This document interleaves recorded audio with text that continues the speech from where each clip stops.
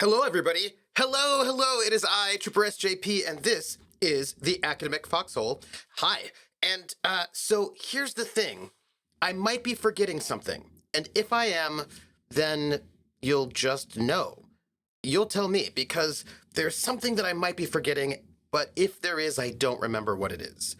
So... We're in the money. Hey! Wait. Did it have to do with tips or bits or subs? Was that it? Was that it?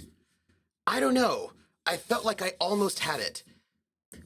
Wait, I know what it is. I'm gonna sing, but I just remembered what it was. It was that I wanted to do a giveaway today, and I wanted to pull up the giveaway code so that I could, know what it was. We're in the money. But, oh, wait, I'm gonna sing twice. Hold on. Where are admin? Admin? Giveaway codes. Okay, I'm gonna do a giveaway sometime halfway through. We'll just find out what it is when we get there. But I am gonna do it, so know it. That said, we just got some bits, so I'm going to sing. I'm here. Scabadex says, forgetting to remember what you forgot is a real problem. You know, Carlin says, we stopped being interesting for you, Trooper. Are you proud? No, that wasn't it at all. Also, I had something to tell you. Don't let me forget. The ship, the Camlin Viper. I have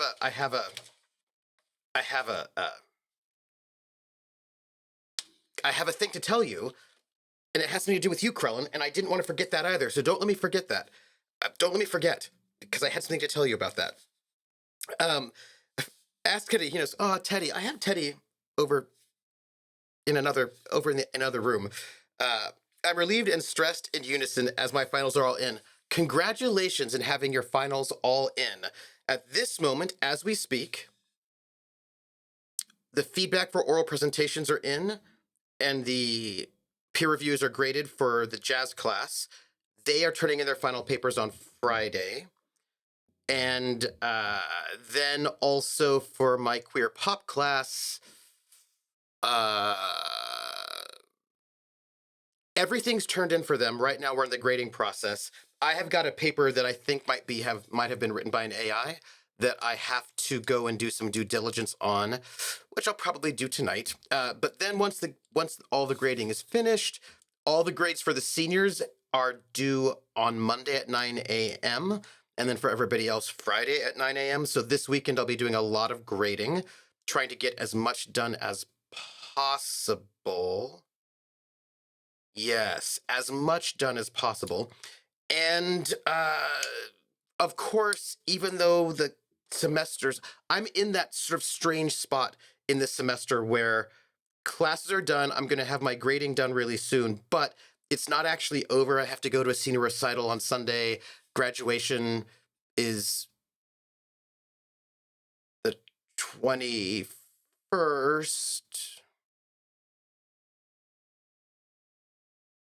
Or something like that, or it's around there. So like I'm not ready to be like, now I can just, and I still have faculty meetings, so I'm not yet ready to say I can do whatever I want, because I'm just not there yet, but I'm close. But I can taste it. But I also can taste bits, which probably taste. Oh, y'all, I remembered something that I wanted to share with you for old people. First off, don't let me forget. I'm gonna write this down because I will forget. Hold on. 3.2%. Okay, so Camelin Viper. Okay, I'm not going to say this out loud because that would ruin the surprise. Okay, but I have that. Let's see. Is the game being loud in the background? Probably, Krellin. Probably. I can turn it down because I have the controls for that right here. Let's see what we have. One day, Tripper will complete a full statement. I don't know. Krellin thinks it's unlikely, and it might be unlikely. Atomic says, I have a live presentation to do on video games are art. I'm giving a small handout with a dozen game suggestions. Nice. I love how students think teachers magically don't know about AI. Also, AI is really bad at writing papers. That's the thing. Like, it's very bad at writing papers. So, I'm curious, what makes it seem like an AI paper? Oh, Gondlar. There are so many things. AI is actually not good at writing papers. So yeah, I will tell you in a second. Gondler was a cheater. Takes notes at old people. 1990 was 5 years ago, right? Yes, it was. AI. Hold on, I'm gonna write this down. AI paper. Okay. However, we've got bits. It's like asking AI to do your hand painting assignment. AI, please paint hands for me. And then the hand looks like looks like this. It's just like, oh, why do I have 8 fingers? 7 fingers, nobody knows. AI writing has things you can look for. Extra fingers, yes. But they paint wonderful hands, especially if you want extra fingers. But I got bits, and when I get bits, I sing the song We're in the Money as sung by, did you notice, by the way, sorry, I'm interrupting myself, but I switched the placement of my mic. I'm also really pondering, I also did another thing over there, which you can't see, it's another mic situation, but I'm also pondering mics. You know what I mean? I'm pondering mics, and also, I need to set up my pop filter. Not the point. Point is, I'm going to go and sing you a song. I'm going to sing We're in the Money. Wait, I'm going to write this down because I'm going to forget it. Hold on. Also, something else to tell you. Pop filter.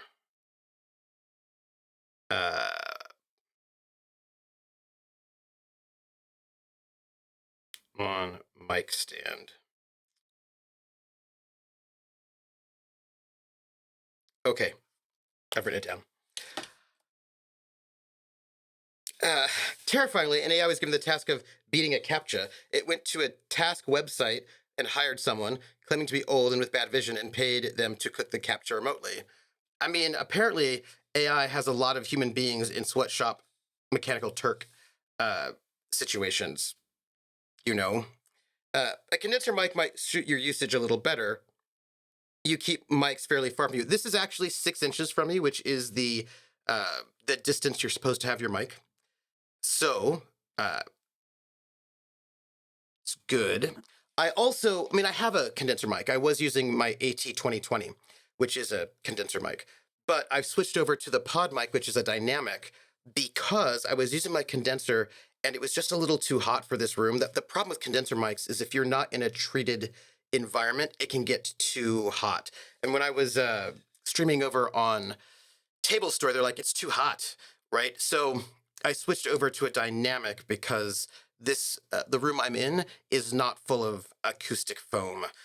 And because I rent this place, well, I don't rent it because this is not my place. I can't just,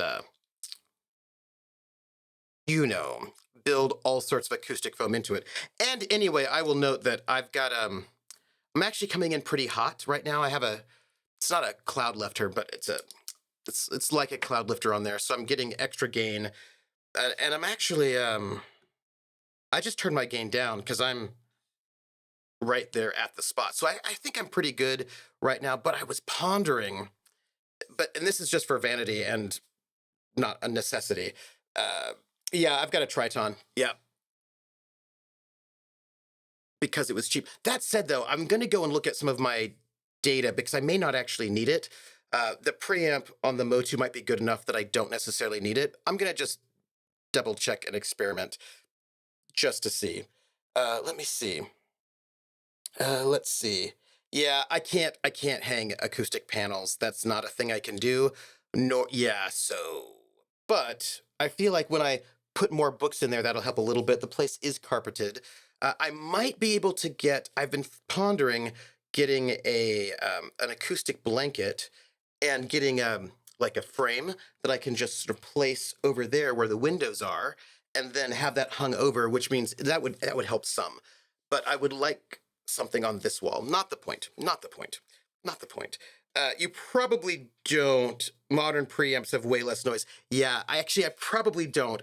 But it's a dynamic, everyone says. So I'm going to go and recheck out some of the data just in case, but I may not need it. That said, yeah, the condenser was a little too hot. And that's the problem for this. I mean, so the one thing, now you've got, by the way, I'm going to sing, but now you've got me talking about mics. What I've been doing the last couple of days has been researching something different. I've been researching small diaphragm condenser pencil mics. Because shotgun mics are no good in a place that's really hot because it'll make you sound very hollow. But the Rode has a mic called an NT5, which is a really short little, it's not actually a shotgun, but it's similar enough that if I got it, I could move this mic further away from my mouth so it wouldn't be in frame. So it's possible that I could have my mic not be in frame and still have it pick up everything. The only problem is, as a condenser mic, I'm afraid it might pick up everything. You know what I mean? So I'm just pondering. I'm pondering it. It's the thing I'm pondering.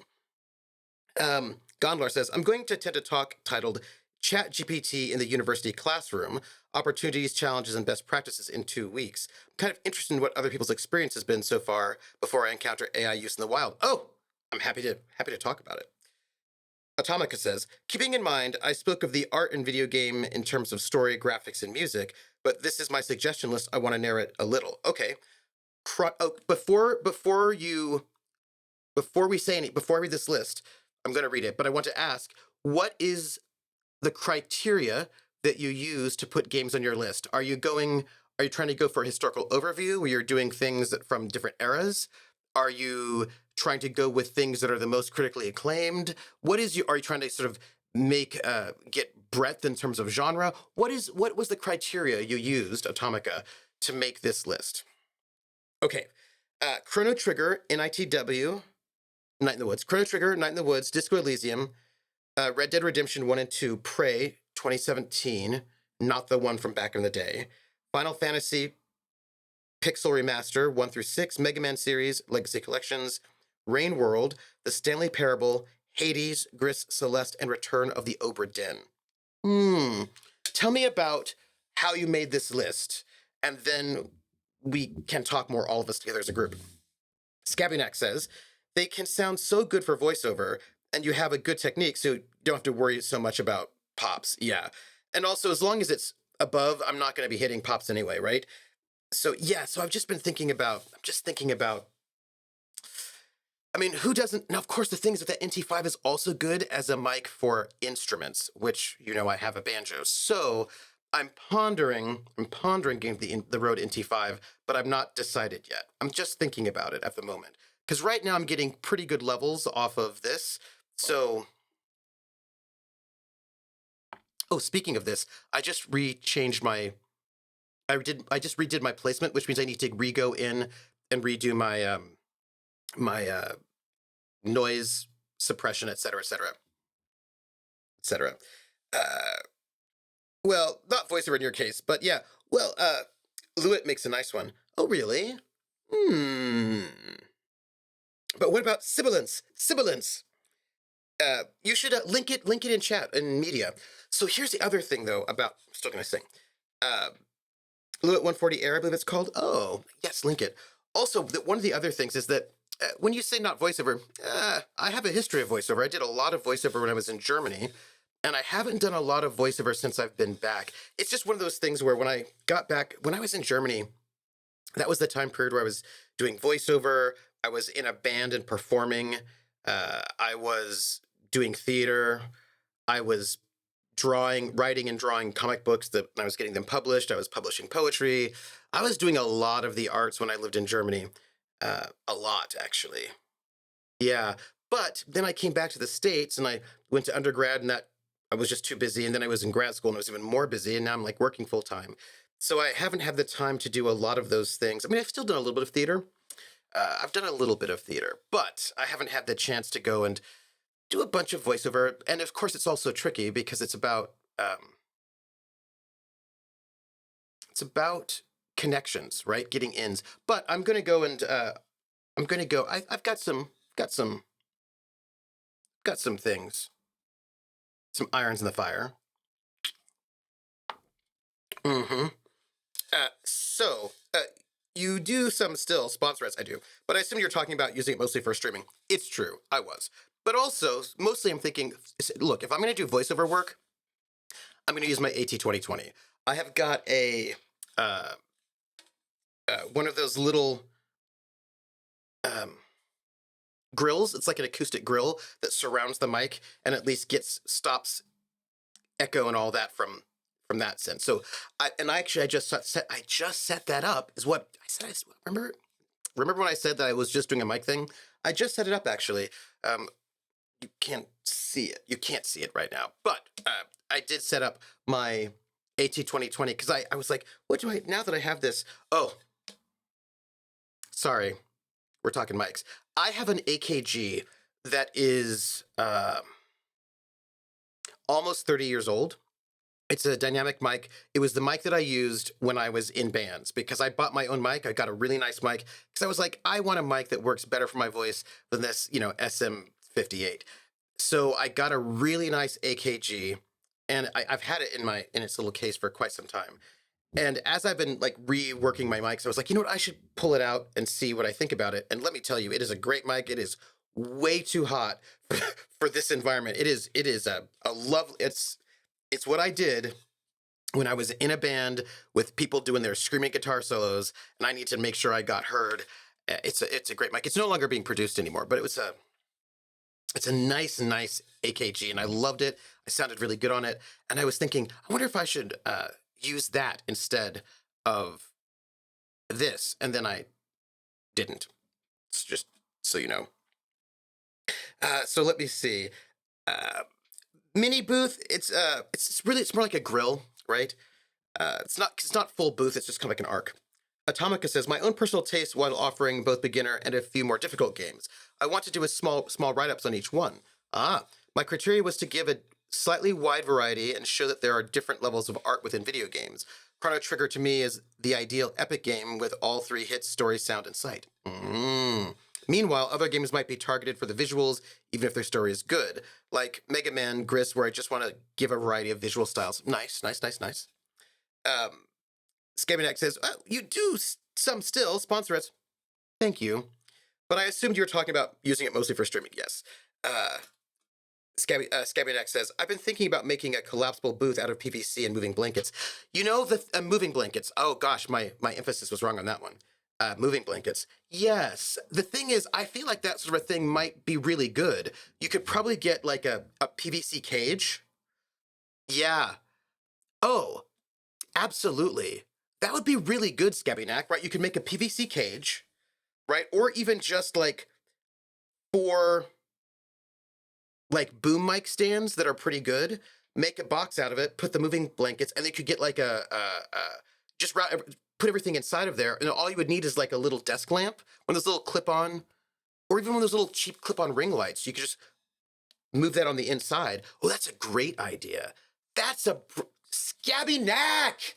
That is a brilliant idea, and that's so smart. I'm gonna write it down. I'm gonna say moving blanket, which is like pillow fort, right? Moving blanket, sound booth, PVC cage, frame. Yeah, that's really good. And that's a great idea. Instant green screen as well. Yeah, it's really good, right? Club mic and not a small quiet room mic. Yes, Vulpes, that is correct. It was a club mic and it was not a it was not a mic for this space. Not at all. Yeah. I was going to get a grommet kit off of eBay to make it fully collapsible. Ooh, well, that sounds really cool. That sounds very cool. Atomic says, the fun of it is my English teacher only dabbles in games, mostly Call of Duty. My report really reeled him in, and I think he got curious about the narrative possibilities in games. Ooh. Y'all, so many things to tell you, but I'm going to sing first. So whenever I get bits, and I want to say thank you to Vulpes and Atomica, I sing We're in the Money, as sung by Ginger Rogers in the film Gold Diggers of 1933, which means I sing it in Pig Latin, which is what I'm going to do right now.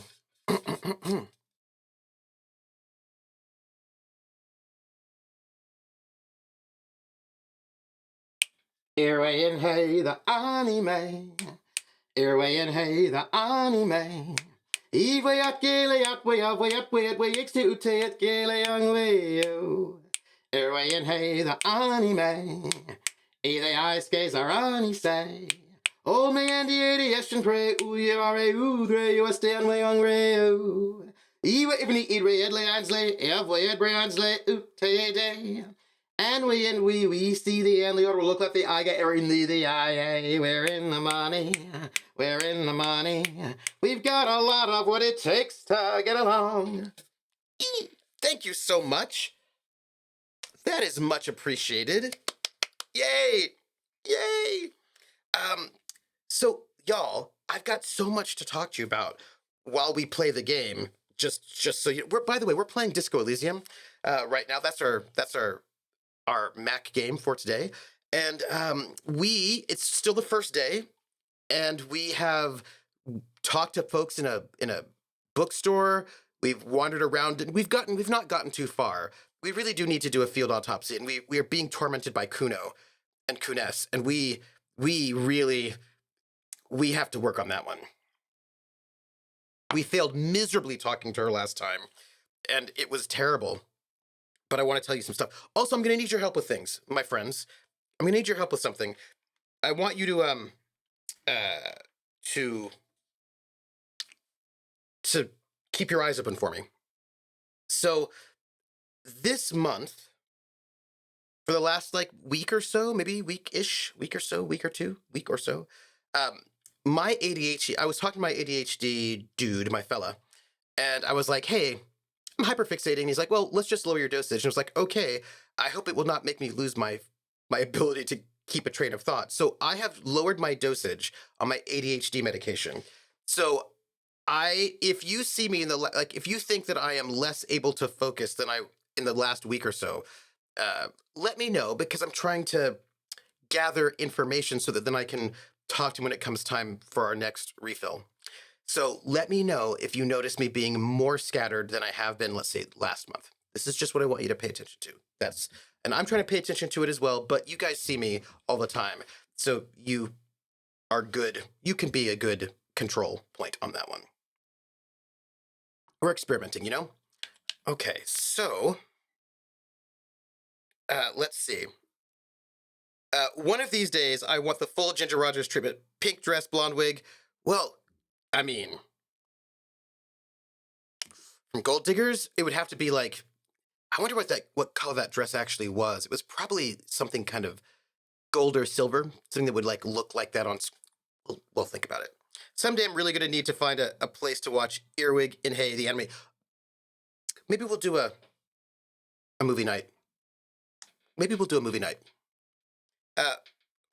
Be glad you have your meds. I know a lot who are having big. Oh, Vulpes. I have had. Oh. So I tend to be a little bit of a hoarder when it comes to medication that is controlled. So my testosterone and then my Vyvanse, a little bit of a hoarder, which means that.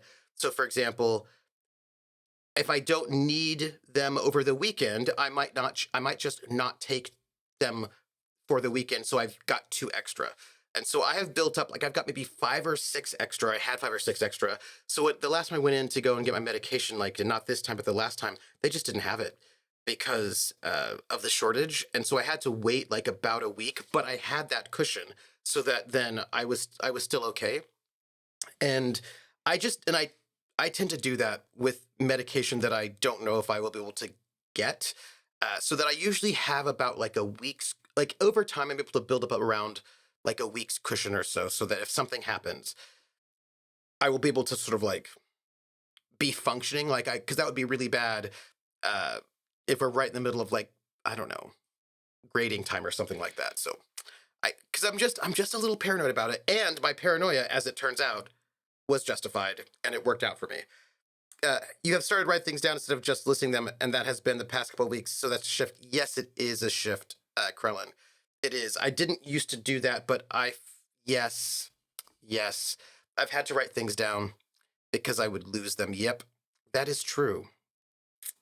Thank you. Mm-hmm. Yes. Wait. You've been focused this whole time? Hey, you know, I've seen back orders of Adderall. Yeah, so when I'm taking Vyvanse, which hasn't been hit by that or wasn't hit by that, but what has happened that people who were prescribed Adderall couldn't get it, so then they got a Vyvanse. So that it took a while to catch up to it, but the Adderall shortage has now resulted in Adderall people taking Vyvanse, and so now there's a bit of a Vyvanse shortage. So, yes. Yeah. You could have stopped at a little bit of a hoarder. We've seen your info slots. No, really, it's not with everything. It's just with. Yeah, it's not good. Yeah. Focus. Oops, not an opportune time to hit enter too early. Carl says, no, he actually has. For what it's worth, I have noticed a bit more scatteredness the past couple of weeks, like that note-taking thing. Thank you, Krellin. Thank you. Because I was like, it felt to me like I was a little bit less able to focus, a little bit more scattered, but I wasn't 100% certain.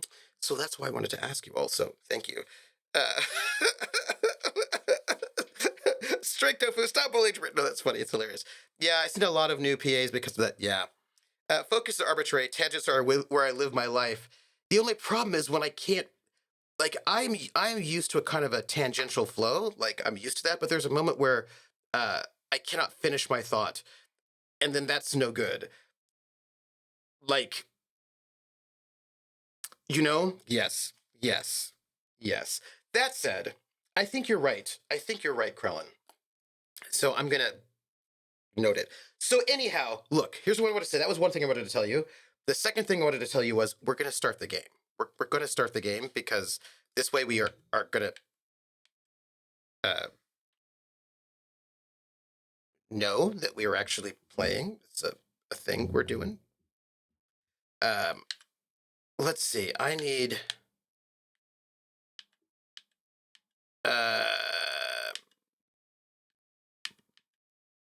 what I need is... I think I just need to go here. Okay.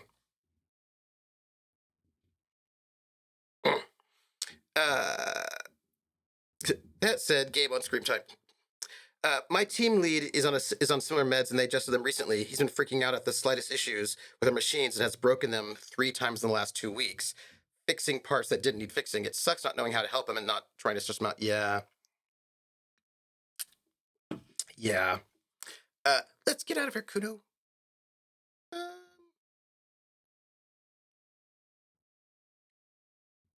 Right now, I'm not hearing anything, but I suspect there's no sound coming on. We are going to go and do a field autopsy. Oh, by the way, I have. We will find out if the overview works right now. I hope it does. I mean, we don't know. Let's see what we can do.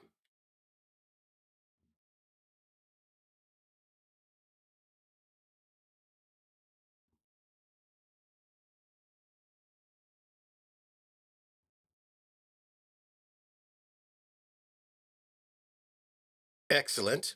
Okay, look, I had something I wanted to tell you, and this has to do with Krellin. So remember when I was making on Monday the Camlin Viper for Traveler? Well, after we finished, I sat around and I thought about it a little bit, and I made a couple of adjustments, which I think that you'll be interested in. It was difficult. I was having a really hard time with trying to figure out how to make everything fit in there that I wanted to fit. But I added a second maneuver drive. The second maneuver drive is only thrust 2, but it is a stealth drive. So they can use their regular thrust 6 drive for all of their like speedy stuff. But there's also a smaller thrust 2 drive. It's a stealth drive. But the thing is, because stealth drives work at half strength, if it's a thrust 2, that means I think they only get a thrust 1 out of it, but at least this means they will be able to fly stealthily. So I've added that, a second maneuver drive. That was very difficult. I had to what else did I do? Basically, there is no more cargo space. The ship only has space for the 8 troops. That's it. Like there is. Although if you have no troops, my understanding is if you have no troops, you can lift up the acceleration benches and then use that space for cargo. So you could theoretically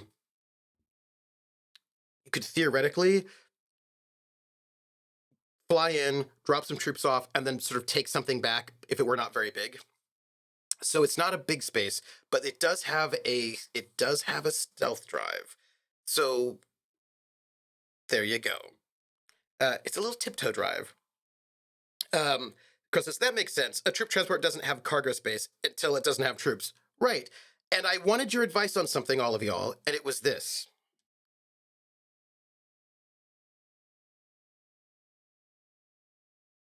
Okay, the question was, I was thinking about, so we're going to call it the Camlin Viper, but it has to have a class name. And I think the class name should probably be something about snakes or reptiles, right? Maybe it could be like the reptile class. It's fine. But what I wanted to figure out was what I wanted to call it. And I was thinking either a stealth drop fighter or a stealth transport fighter. What are your thoughts? I was thinking we could go because like this is like a reptile class stealth drop fighter, stealth transport fighter, stealth intrusion fighter, stealth insertion fighter. Those are the four adjectives I came up with: drop, troop, insertion, or intrusion. I like the stealth in the fighter because it is a stealth fighter, but it's not just a regular fighter. It's like a, do you know what I mean? So I need that word, and I want y'all's opinion on it because I feel drop fighter, stealth dropship, stealth lander, drop insertion. Ooh.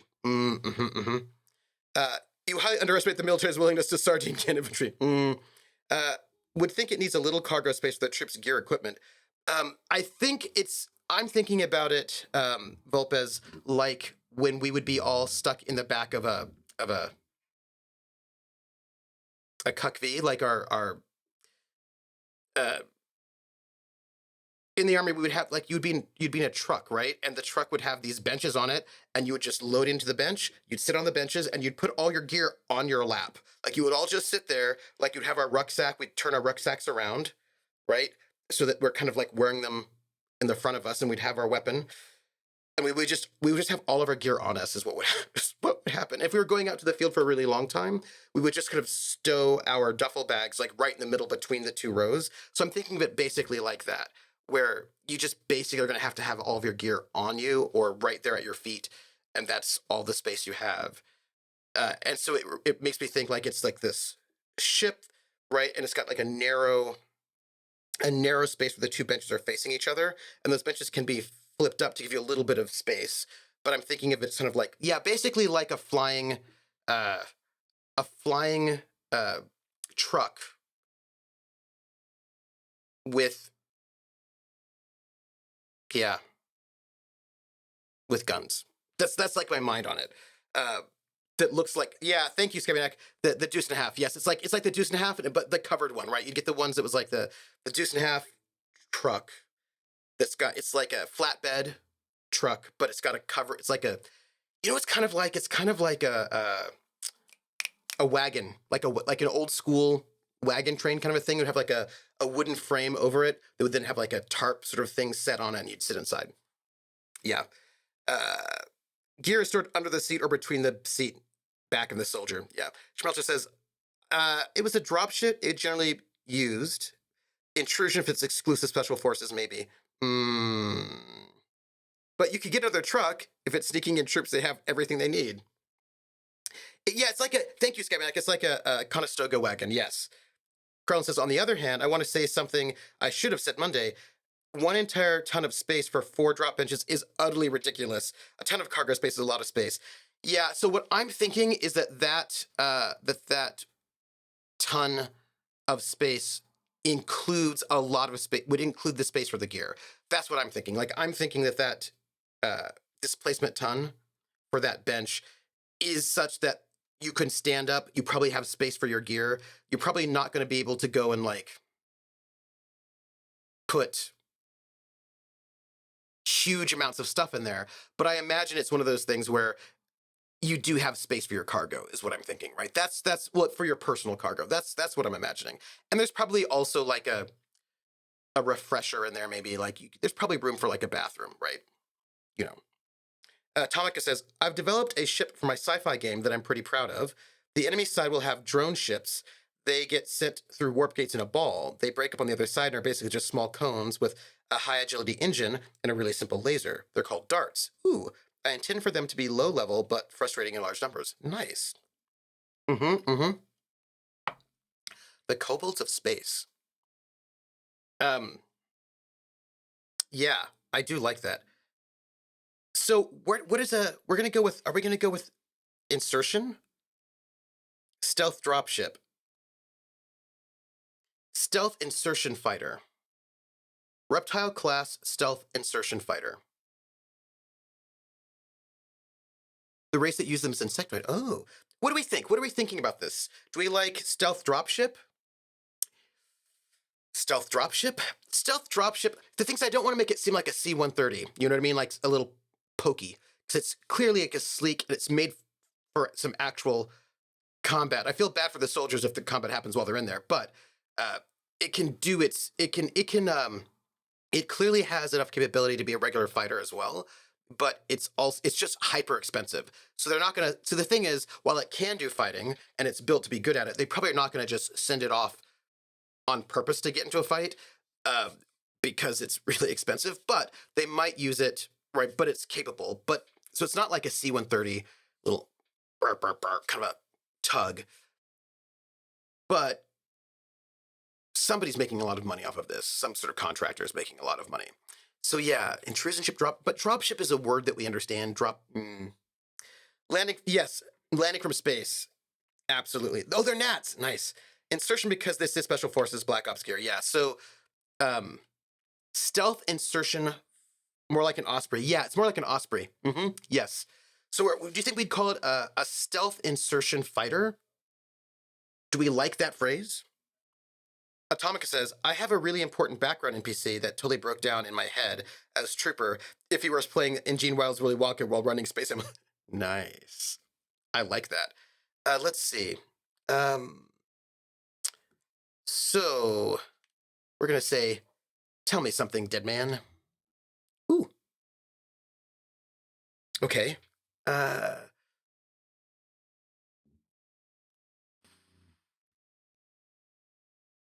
oh, cool. Uh, uh, I can see you're gone, but who are you? Well, you are now, but who were you when you were alive?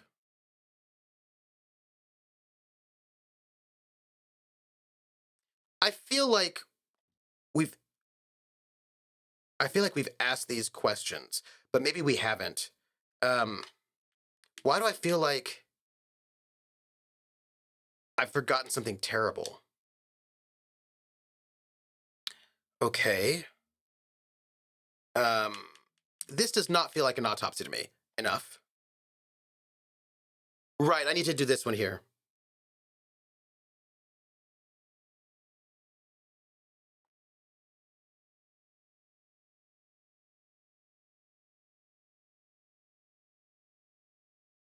That feels like a threat, you know? Feels like a threat. I'd make a backronym for Meteor. I like it too much. Oh.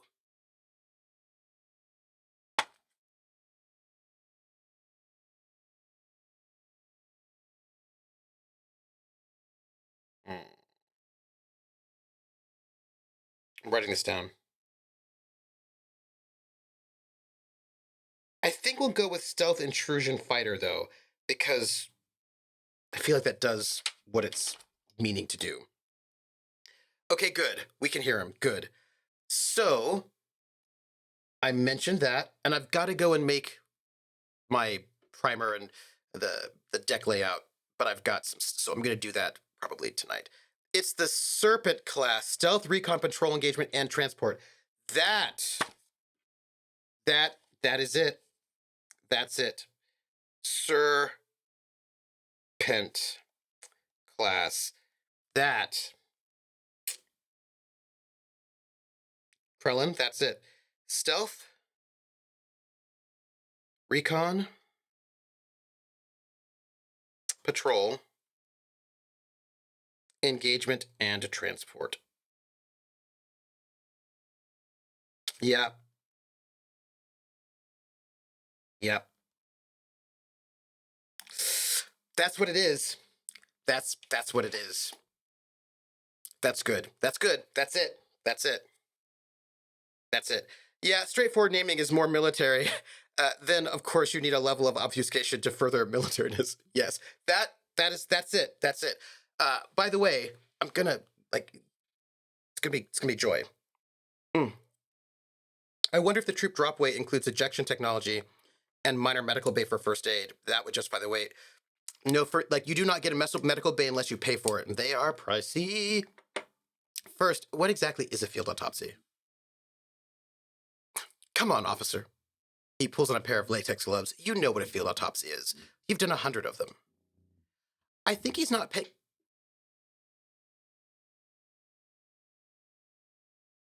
I feel like he's not really paying attention to the fact that I have amnesia.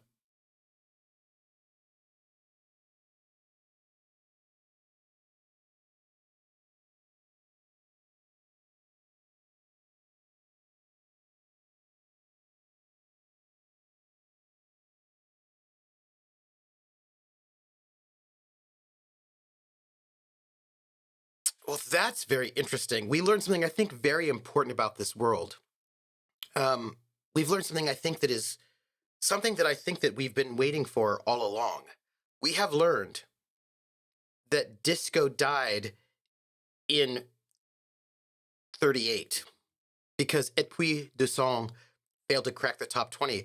So if disco died in 38, we could perhaps say that 38 is the equivalent of 79. right? Around there. So we're current-ish. I need to know without Epui de Sang whether or not they wore a lot of shiny clothing, but also, are we like in 51 right now? Like we're 51, 52? If we're in 51, 52 right now, and 38 is when Disco died, which was like what, 13, 14 years earlier, and our protagonist is still wearing disco clothing, that means he's wearing clothes that are like 15 years out of date. I'm just gonna note it. Just gonna note it. That's all. And by medical bay, I mean a slab with straps and some morphine if they're lucky. Yes, Atomica. Scavenger's like, now I'm worried that you both have amnesia. Mm-hmm. Krellin says, amnesia is almost never skill loss. It's almost always just personal details. Yeah. Vulpes says, Trooper, stop trying to tie the timeline to the real world. I'm just saying there's disco here. So I need to know how, like, look, I need to know how out of date his clothing is. He's wearing clothes that are like 15 years old, is all I'm saying. So he's in full Seed Kid regalia equivalently. Yeah, but like, some sad times because, you know, uh, he's out of date.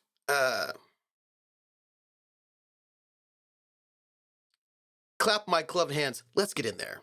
Let's get in there.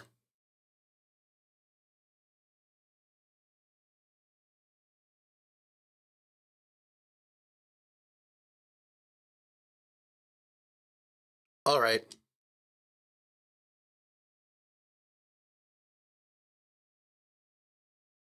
Okay. We just fill this in, right?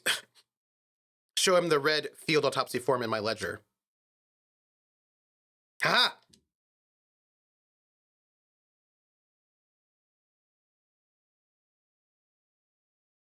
You know, I'm not that incompetent. I'm just amnesiac and an alcoholic with like a failed liver or a failing liver who kind of hates my life. That's really all there is. You know what I mean? Like I know some stuff. Uh, we're not going to ask. Open your ledger at the field autopsy form.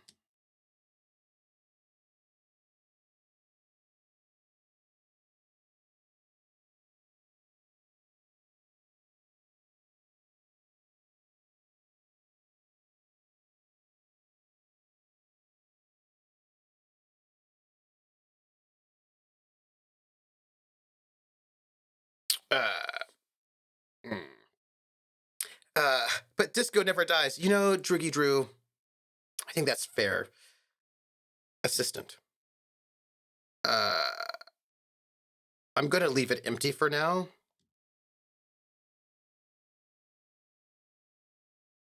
Thanks. Coroner's case number.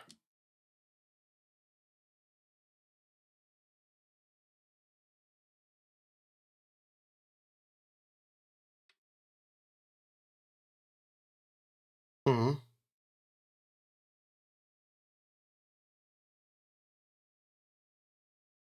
Hmm.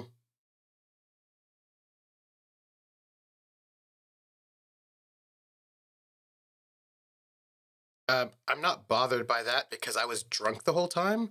Uh, I will just write it down. Name, date of birth, age. I think there's no need to get like. Here's the other thing. I have like solved like 200 cases or whatever, so it's fine. Do you know what I mean? Like I'm not. I feel like there's no need to be territorial about it.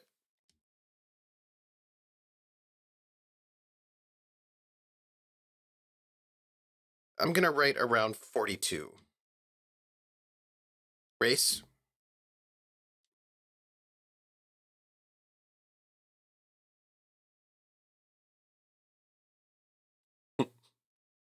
I will write it down.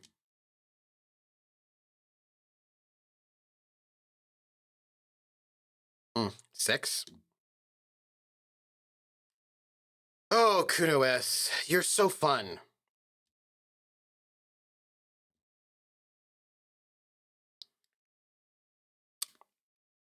Really?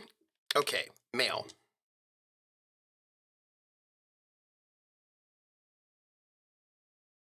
these these two, date of death.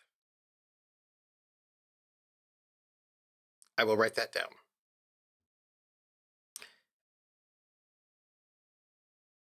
Hey, Voltaire.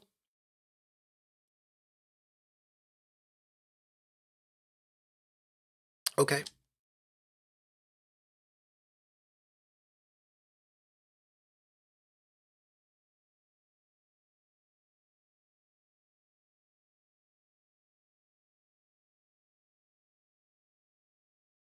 Hmm. Evidence of treatment.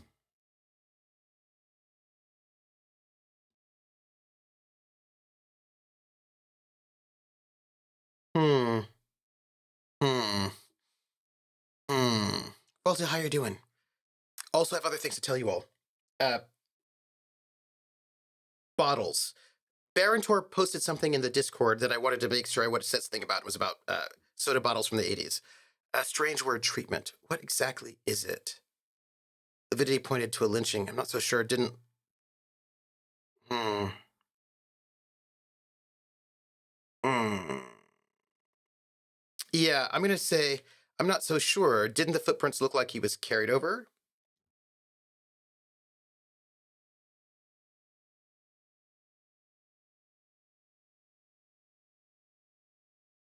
He places his hand on the dead man's chest as if in preparation. I'm just going with it. I'm trying to like.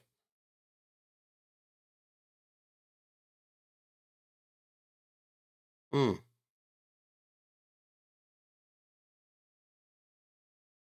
Hmm. Interesting.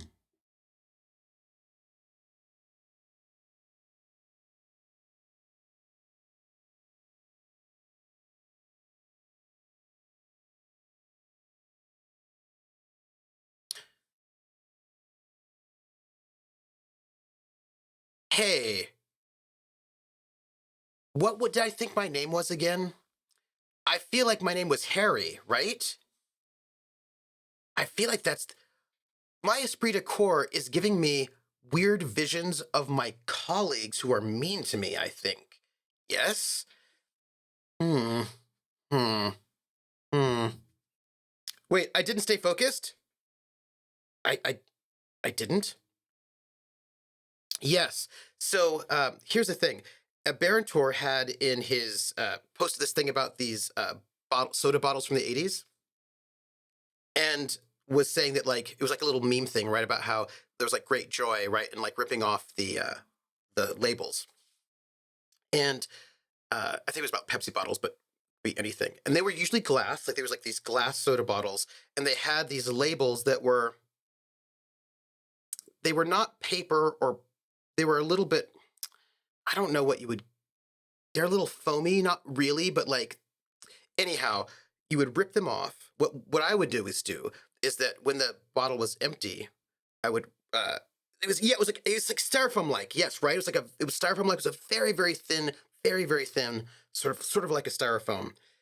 And it was very thin. I suppose it's not styrofoam, but it's a very thin foam. And what I would do is I would rip it off in strips, right? And then I would put the strips inside the bottle and then fill the bottle with water because I thought it looked like really cool art. And it kind of did.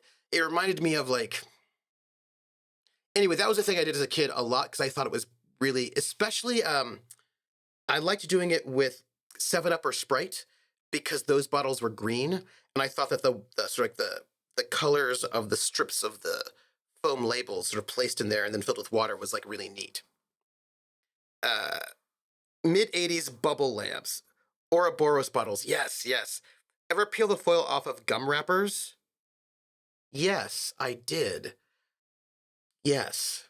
So that was like I wanted to say that. So then I was thinking about other things that people did back in the day, and I wanted to bring this up with you all who are old enough. Although I imagine people could still do it today, except that people don't tend to. So do you remember back in the day when um, there were many things that needed 9-volt batteries, like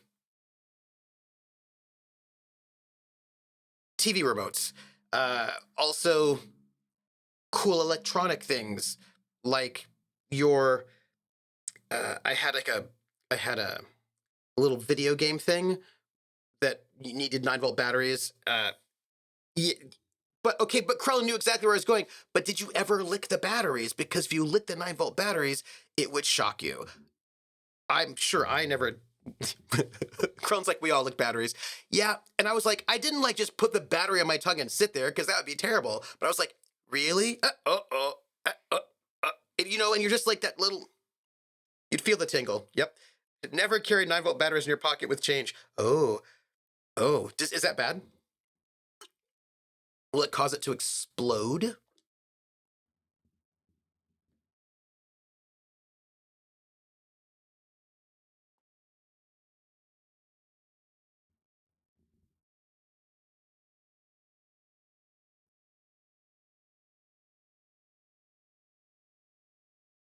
Hmm. So you're getting a montage of field autopsies.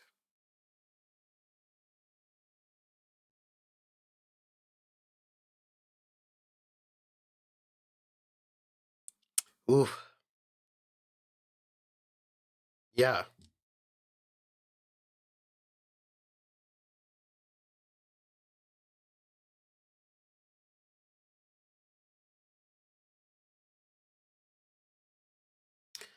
This is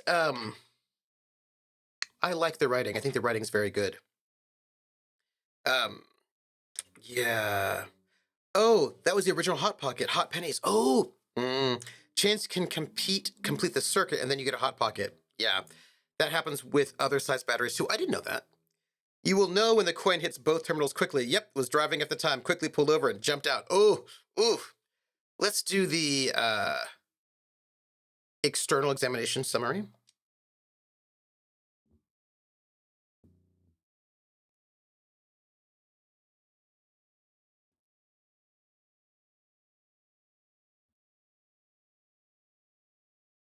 He turns the body onto its side to check the underwear label. Kuno?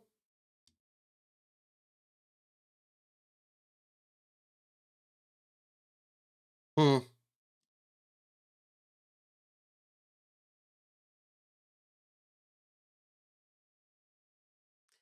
You two. I'm going to write this down. Mm, mm, mm, mm. I will write this down.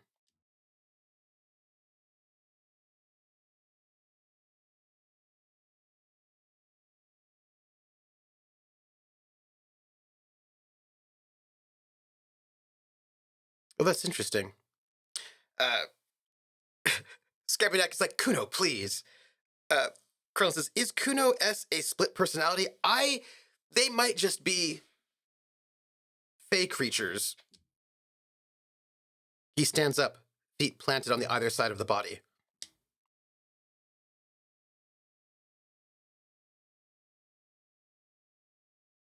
Hmm. Hmm.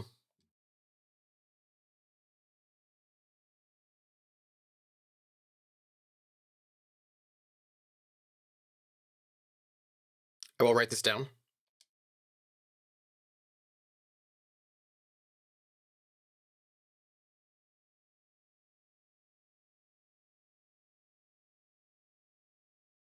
Hmm. I will write this down.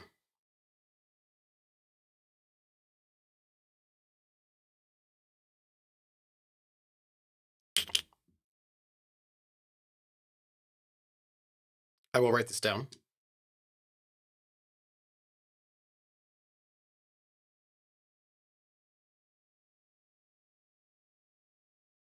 Um, I'm gonna touch the corpse's hair before moving on because I might get a vibe.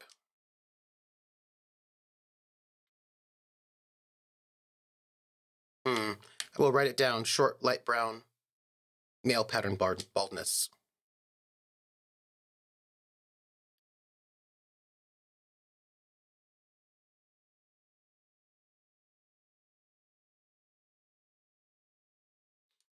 Krellin just said, "Oh God, trying to explain mental illness is probably the root of all fairy stories." I would not be surprised. It makes me think about that game that we played. Um, with the woman. Uh, they're making a sequel.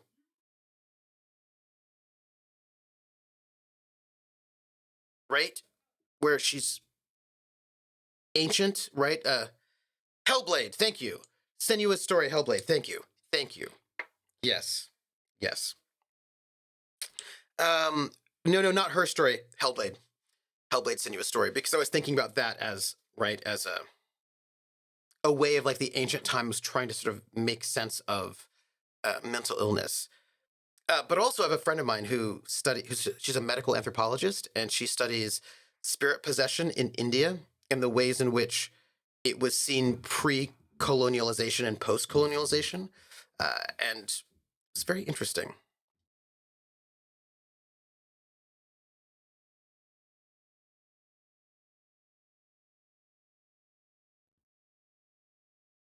Okay, Kuno.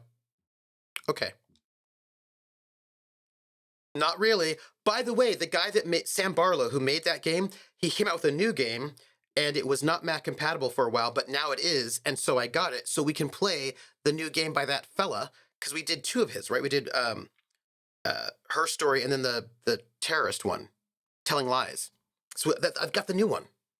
Became a lot more stigmatized post colonization. Yes, it did, but also it became medicalized, right? Because before it was just a thing that would happen. Like sometimes uh, people, usually women, would get possessed by spirits of ancestors and would just not do housework for a bit, and it was just one of those things. It was usually good luck. One of those things you just have to deal with, and then it would sort of go away. And then, of course, once the British came in, then those women just got put in insane asylums, right? And it just became a whole different thing. And it was very interesting to see the shift from this is a thing that is part of life that happens and is maybe not even necessarily bad. It can be convenient, but it's right. Uh, they have special insight to this system that should be hidden away and that is terrible. It was interesting. The lieutenant pays no heed.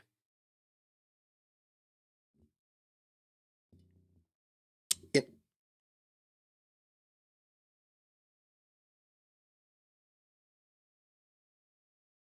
um, I will write that down. The lieutenant produces a small folding knife. With the other hand pulling on the belt, he starts cutting into the polyester. The stench is horrid. After a while, it's obvious the material cannot be cut.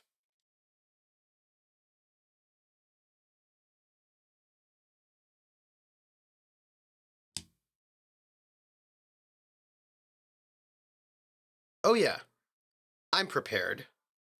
Uh, ooh. I've got two different ways to say that I've got this. Vulpes says, are you talking about Immortality, the game? Just have to be careful playing it. There's a small amount of nudity. Oh, okay. Hmm. For TOS.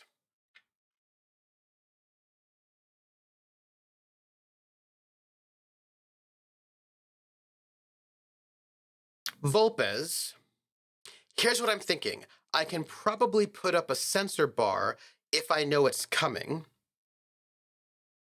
Um, I can do like a thing, like a Gaussian blur. I can do a Gaussian blur if I know it's coming. But what that would mean is I would want someone who knows where the nudity is, who can tell me right before it happens, so that then I can know to put up the Gaussian blur. This way I don't have to get spoilers for it, but somebody can be like, now, and I can be like, now. Yeah. Uh, yeah. Scabby Neck says Twitch is usually only against games that focus on nudity, I thought, or if that's what the streamer is focusing on. Nudity is okay in games as long as it's not the focus of the games, right? I think it might be okay. I suppose we'd have to find out. So I think that might be true because I imagine you'd have to be able to show like works of art or whatever, right? By the way, I'll just say, good thing we got these chain cutters. By the way, there's he points to the rope squeezing the dead man's neck. I feel like there's like a delay.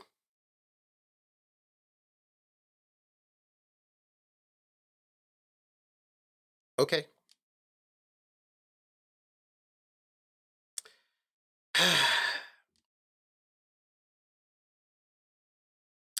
C looks blasé.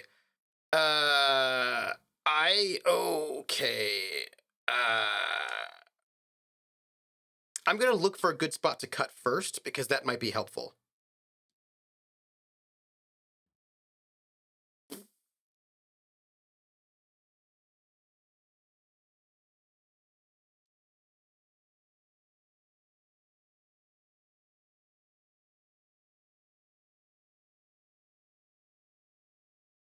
Okay, okay, okay. So now I've got I get a big bonus. Yes, so this is good. Before I do anything, I'm gonna test something. I feel like there's like uh oh, maybe I can get. I feel like they just don't give me any love. I have I have attached myself. I've started the whole thing, and well, golly gee, I do not know if this interface thing works at all. But you know, we'll do it.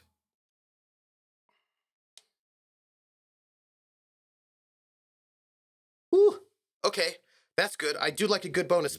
Good, a good +3. Uh,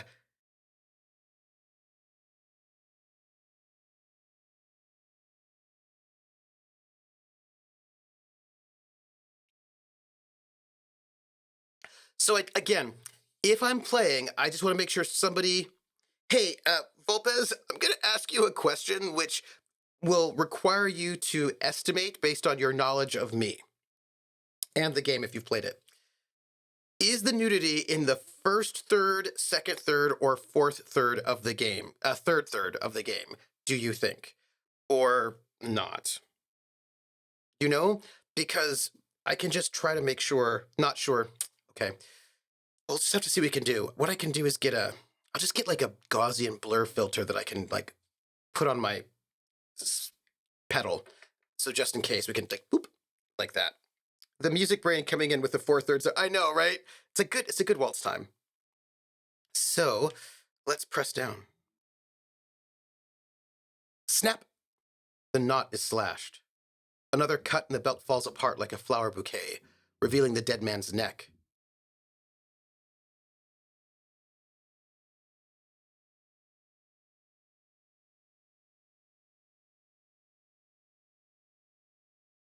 Y'all, I feel like there's a skip. I've not played it yet, but I've heard about it and was more just wanting to be aware going in. Thank you. But actually, that's good to know, Volpez, because then I think I can probably get a Gaussian blur sort of filter that I can probably set up. I'll just have to work it out. But now I know that I should do it.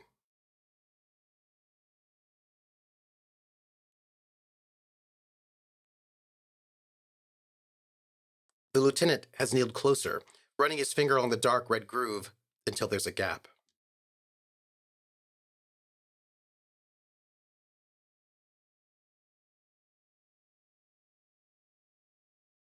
Interesting. I will write it down.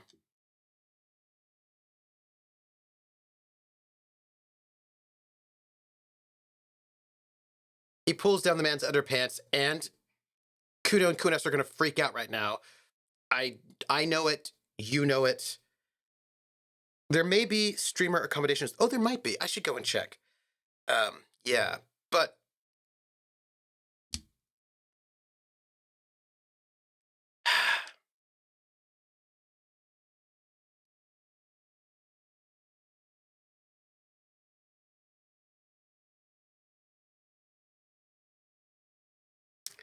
hey, Barantor, we were talking about you. Well, actually, we were talking about glass bottles of soda and taking off that little foam label.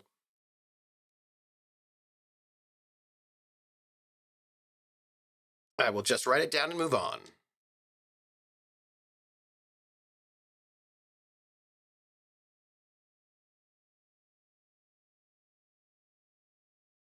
Hmm. The back is symmetrical. Upper and lower extremities intact, but asymmetrical. Okay.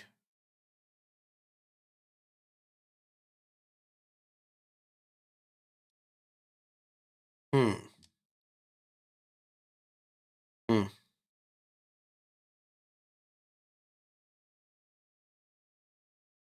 Hmm. This scarring is extensive, way more than all law officials.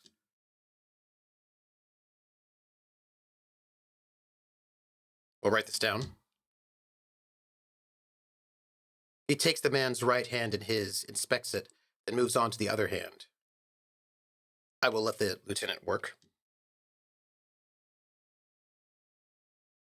Hmm. Hmm. Interesting. Were we expecting any?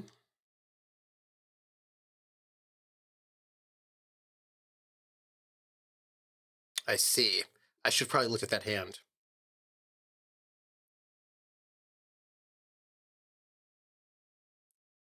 He turns to the side to breathe. It's not enough. He buries his face in the sleeve of his jacket. You hear a muffled voice. Let's do the internal examination. Summary. Um, I have some thoughts. Yeah. Um, I liked the roundy bottles probably for the best. The styrofoam went away. Yeah, and I was saying that I would rip it off in strips and then place the styrofoam inside of the bottles and then fill the bottles with water and then place them on the windowsills so that they looked cool. See, Barontor, yes, because I always like, and that's why I liked.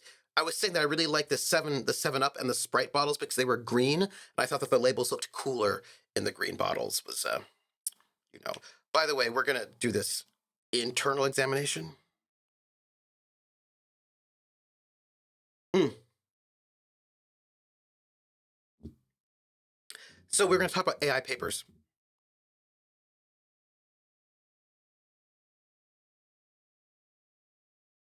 He says, "Oh,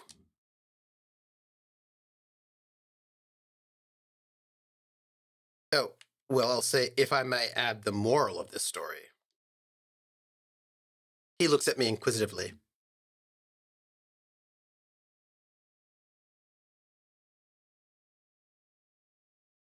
The brain is very vulnerable to compromises in its blood supply. The lieutenant grins. Oh, all right, NA.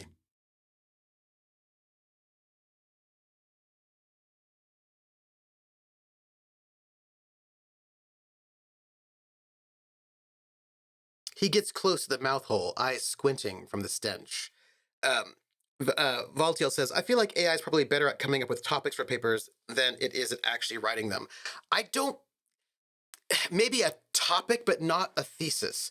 So the thing about sort of identifying oh, hey, you know what I didn't do? By the way, I didn't say I have open the music thing. So it's for the music song association situation. So you can like spend your channel points if you want and give me one word, and then I will at our halfway point or wherever when I do the giveaway, I will see if I can come up with songs 10 seconds each for each of those words. So the channel points are out there. You can spend a channel points to give me a, a song word association like blue or whatever you got. And I'll see what I can. I've not been good so far. I've gotten a couple, but I'm doing terribly so far. So we'll see how it goes. Anyway, that's there. I wanted to tell you that the channel points are open for that because that makes me happy. So yes, that's what I want to let you know. All right. AI.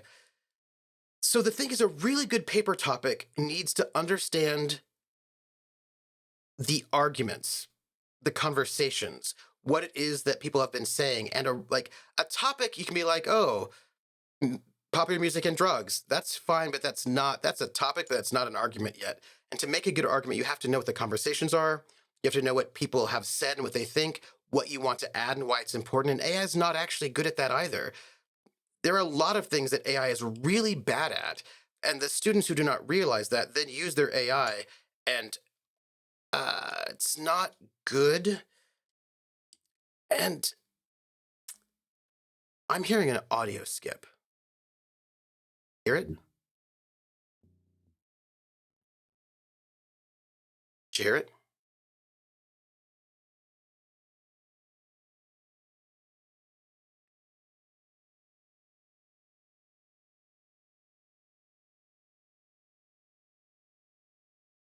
Mm, mm. Well, no, it's like it's very very subtle. Like the background music does a thing that sort of it skips a little bit, and I feel like there's like an audio hang up. I don't understand how people can read the AI written paper and think it's good. Well, that's hey Kudo S, how you doing?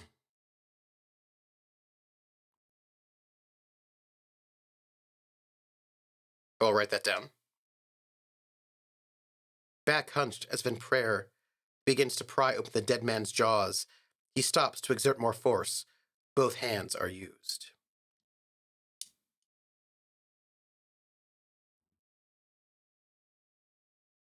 Mm, mm.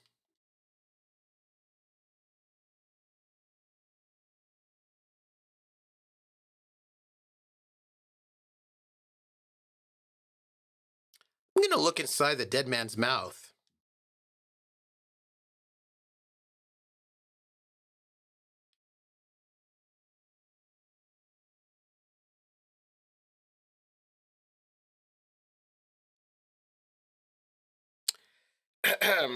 It can't rewrite, or can't rewrite in their voice at the very least. Yeah. So the thing is,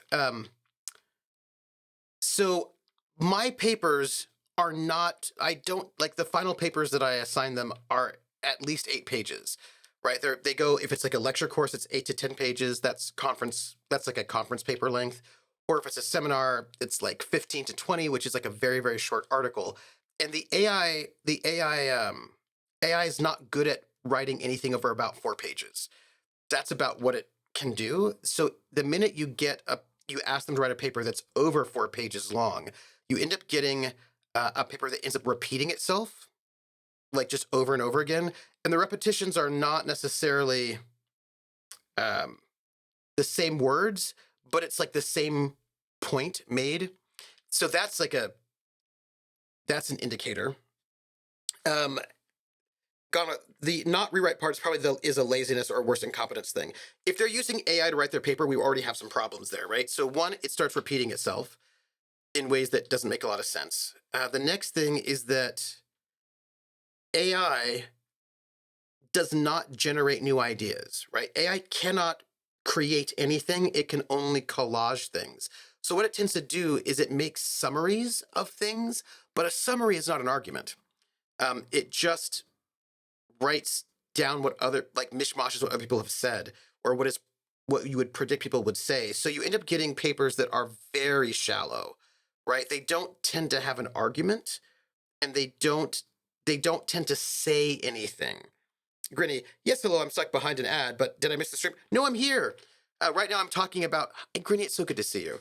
Um, I'm talking about how I can tell something is AI art. Oh, so here's the thing I will say.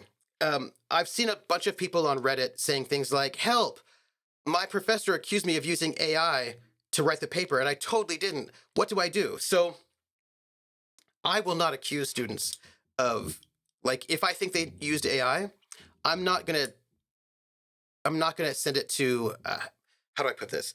So we have a rule at our university that if somebody plagiarizes, we have to turn them in to for an academic integrity violation. We have to, and so we do.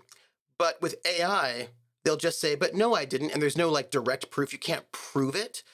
So I am not going to turn them in. I'm just going to give them the grade that their paper would have received, right? And it's usually not good. It's usually quite bad. So they can't. They usually do not actually have any arguments. It's usually just kind of surface level summary. Um, sounds a little bit like a yeah. So that's a problem. And I love you, Grinny. Also, the other thing is that the AI does not have access to JSTOR or any of these kinds of databases of academic materials. It doesn't actually have access to those because that's behind a paywall. So AI papers are terrible at sourcing. They will often not actually have any good sources or citations. Sometimes they just make them up and the things they're citing don't exist at all.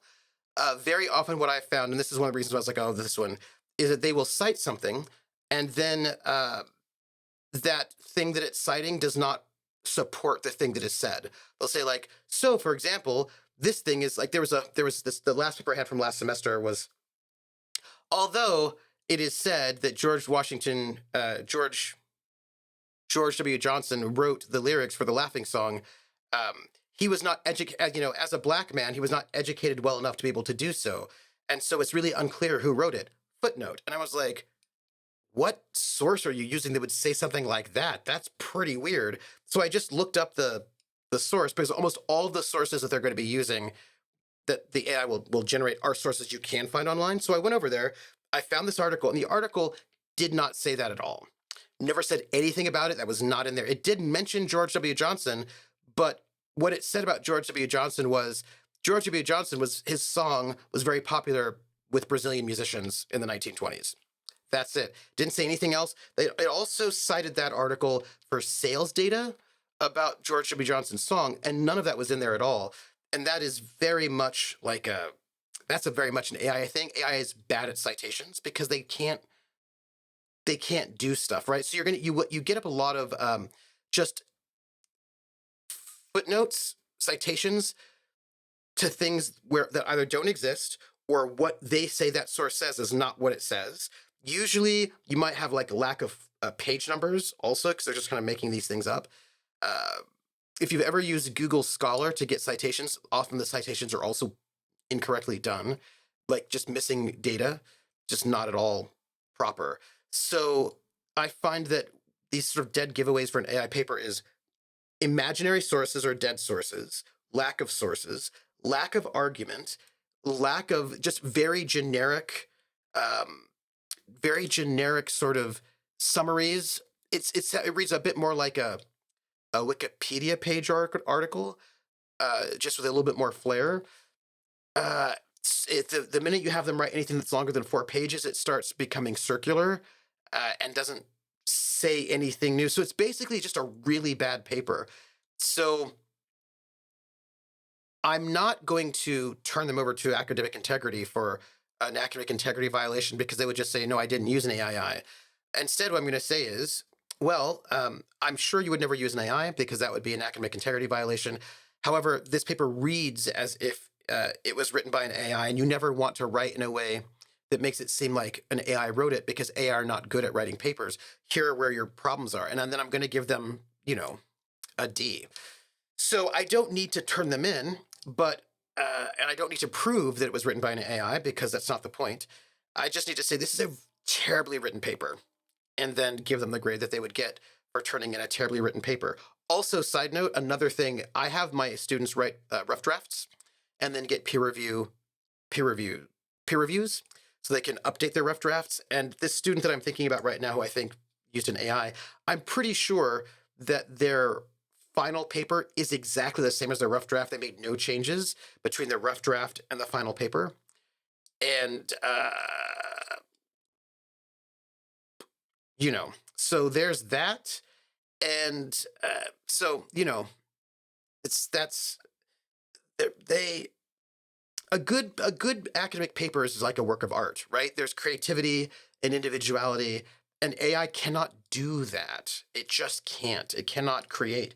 So if you get the AI to write your paper, it's just going to be a bad paper. And I don't have to, I just can grade it as for what its value is, and its value is that it's not good. That's a bad paper.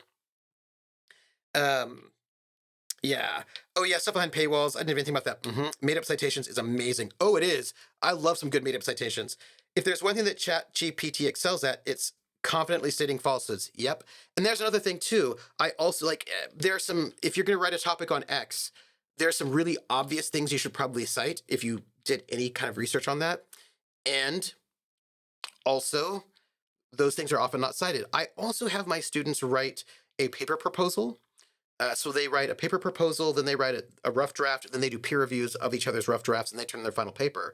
So if somebody's going to be using an AI to write their paper, that's usually because they're panicking, and they usually, there's often a disconnect between what the proposal was and then what the rough draft is. Like there's just a lot of tells.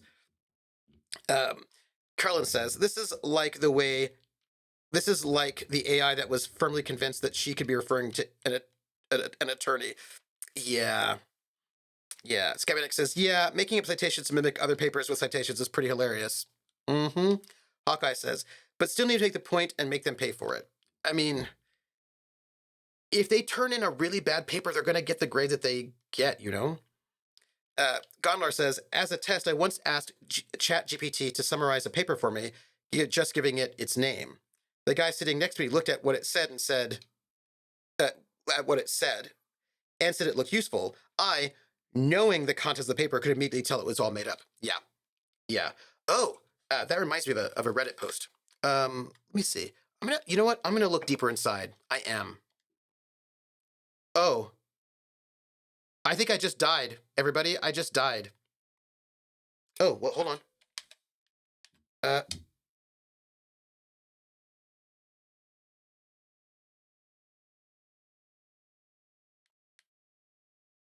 help, someone.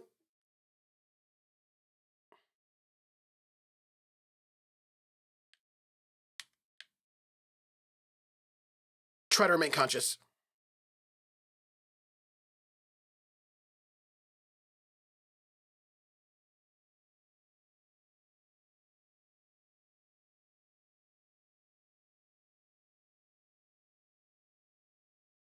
This is what happens when I don't have enough endurance. I died, everybody.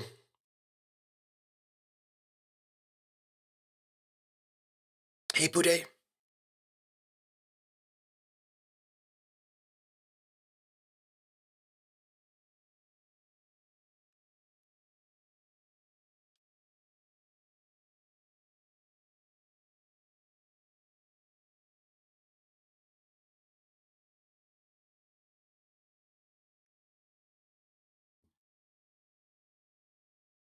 Wow, I died. Okay. Load game. I feel like this is the one, right? This is yeah. We died, everybody. We died. We died. That's a thing that happened. I should have saved, you know? Should have saved. This is on me. Also, I am wounded and I don't like it. I died. You know what? We need to mark this right here. More death. More death. I died, everybody. Uh, wow, we died. We've died 72 times so far, and that's a combination of. We haven't had a moment to reset our death count. That's a bunch of the long dark and also the outer worlds. Ugh. Have you experimented or seen someone experiment using AI as a writing aid, like tell the arguments and have it compose them into a cohesive paragraph? Um, People say that that's what they're going to use it for, um, but I find that AI tends to have like all their sentences to be the same length. The writing itself is not particularly good.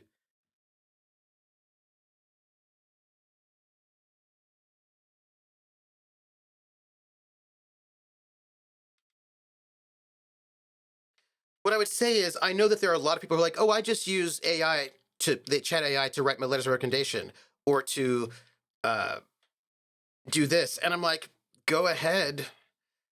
Um,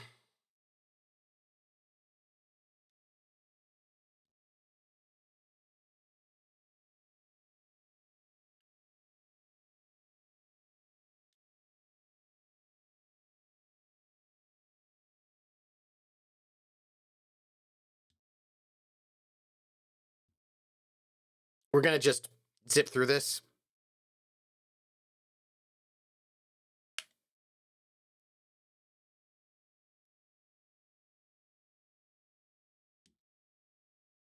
Leave that empty. Yeah, seems to do pretty well. Seems to do pretty well with making a framework and doing some basic coding, but expect bug fixing to be quite necessary. Yeah, it's just its writing is has no character and is pretty shallow.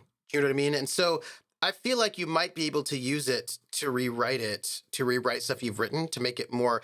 So here's the problem. I'm just gonna say this: passive voice. Everybody says never use passive voice, never use it. If you ever use those grammar checkers, they will sort of list, oh, you use the passive voice. So if you have the AI write, it will probably get rid of all of your passive voice. It'll probably write everything the way that the most generic idea of what you're supposed to write. But if the passive voice was not useful, we would not have it. The passive voice is useful. There are reasons why you might want to use the passive voice.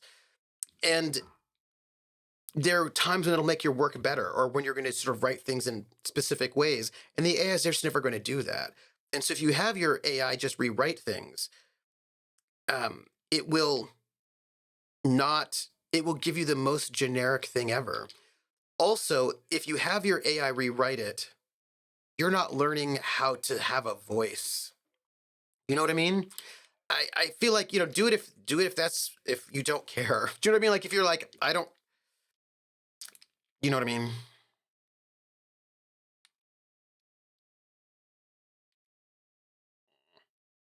When journalists use passive voice, it can be really interesting. Yes.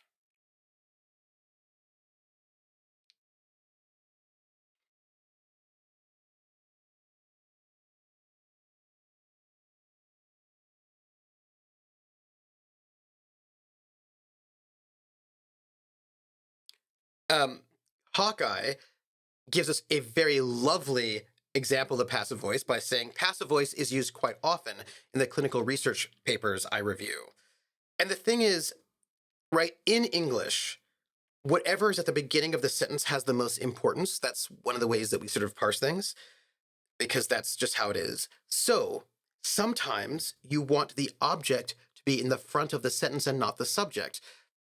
It's not, passive voice is not only used to be like mysterious and sketchy and avoid saying who did stuff. I mean, you certainly can do that. You know, um, someone was murdered, right? You can certainly do that.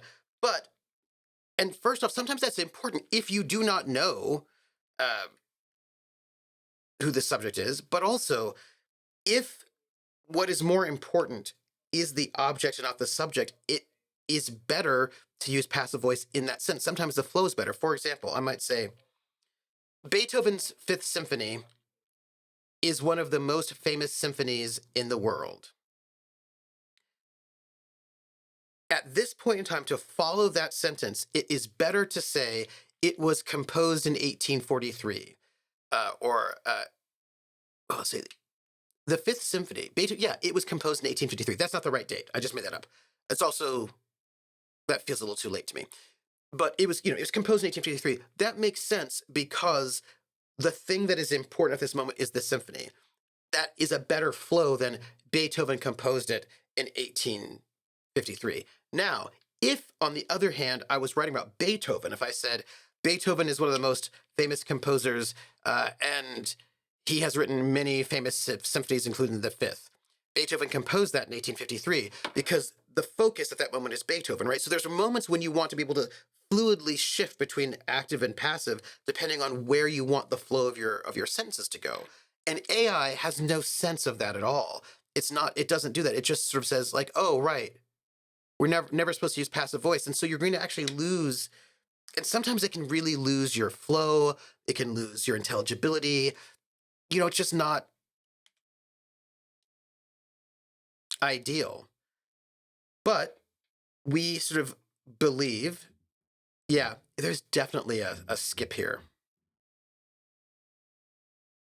There's a holdup in this. There's like a little bit of a thing going on. No, Uh,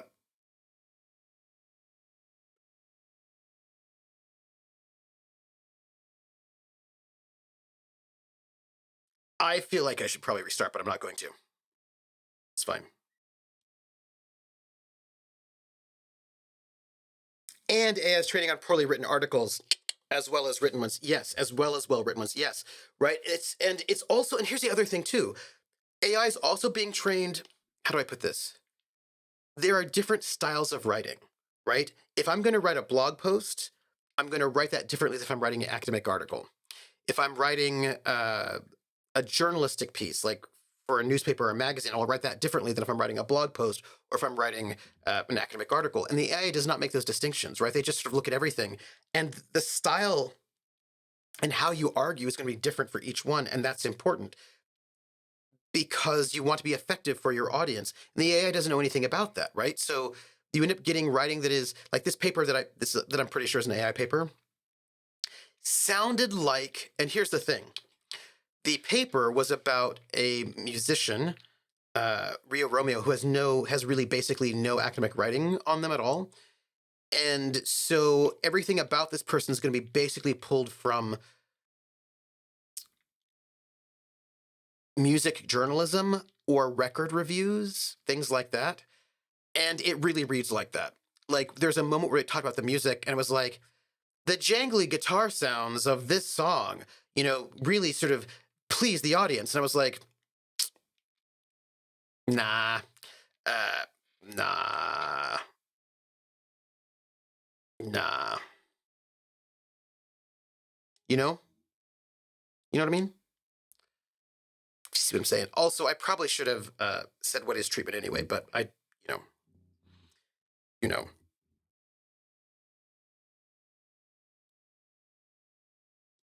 We got this part. Got it. Right? Stop it. Got that. Got that.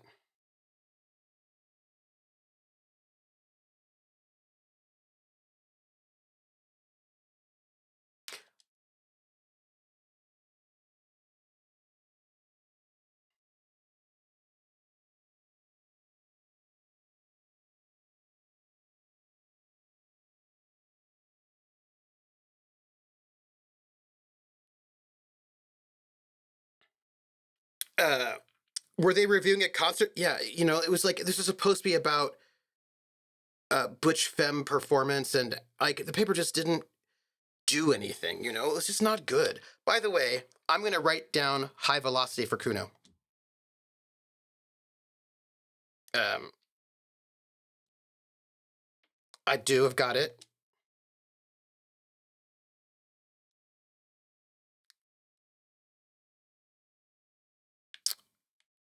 I'm gonna look for a good spot. I hope I don't fail here.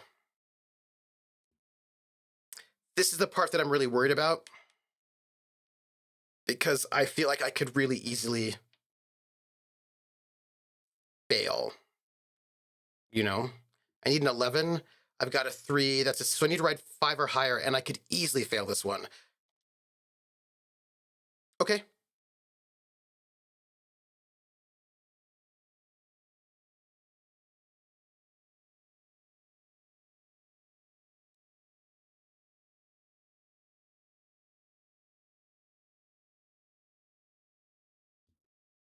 Writing it down.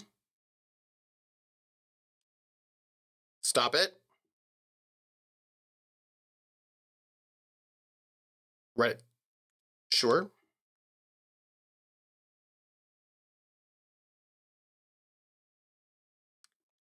We're going to say what we did before. I'm going to pick up the hand, though. That's what I'm going to do.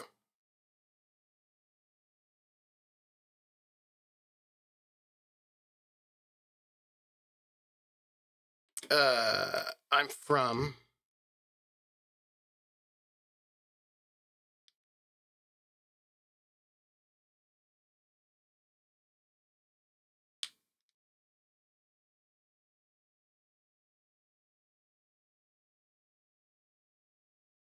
nothing. I got nothing.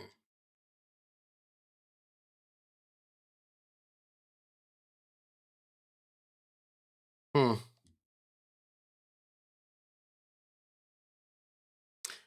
Mm.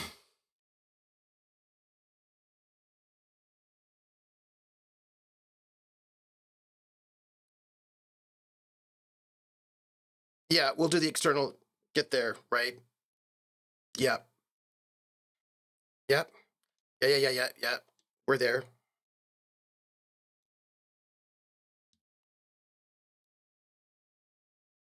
KNOS,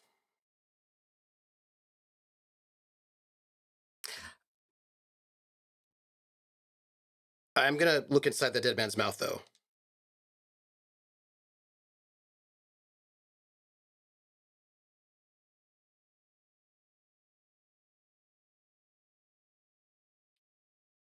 This is where I died last time, so I'm not gonna do that right now.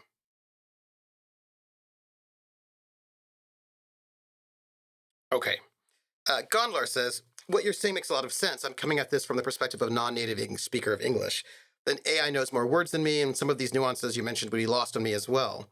I know some students whose English is way worse than mine. I feel like they could massively improve the contents of their work. They had some assistance with the language aspects.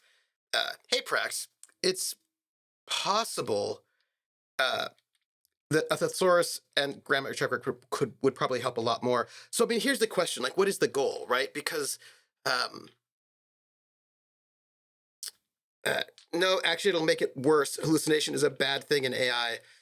I think one of the things is that if they're not native English speakers, very often what people do when they're making using AI is they use it so they don't have to do the work, so they never learn. Right? They're like, oh, I'll just have it fix it, but it might be fixing it and teaching them bad things, like not good things. Um, and I also think about so I know somebody who was looking for people who do translations, right? And gave a bunch of different translators this text to translate. And of the people they gave the text to, a number of them used AI to translate it. And you could tell because the AI got it wrong. And so none of those people got jobs, right? None of those people were hired because uh, they did not actually have the skills to do the translations. Do you know what I mean? They were relying on AI to do it, but the AI doesn't actually know colloquialisms, things like that. So they didn't get the job and they never learned the skills of how to actually properly translate. The people who actually knew how to translate, they did not have that problem. So I always think about what happens when you take. I don't think it's bad to use tools, but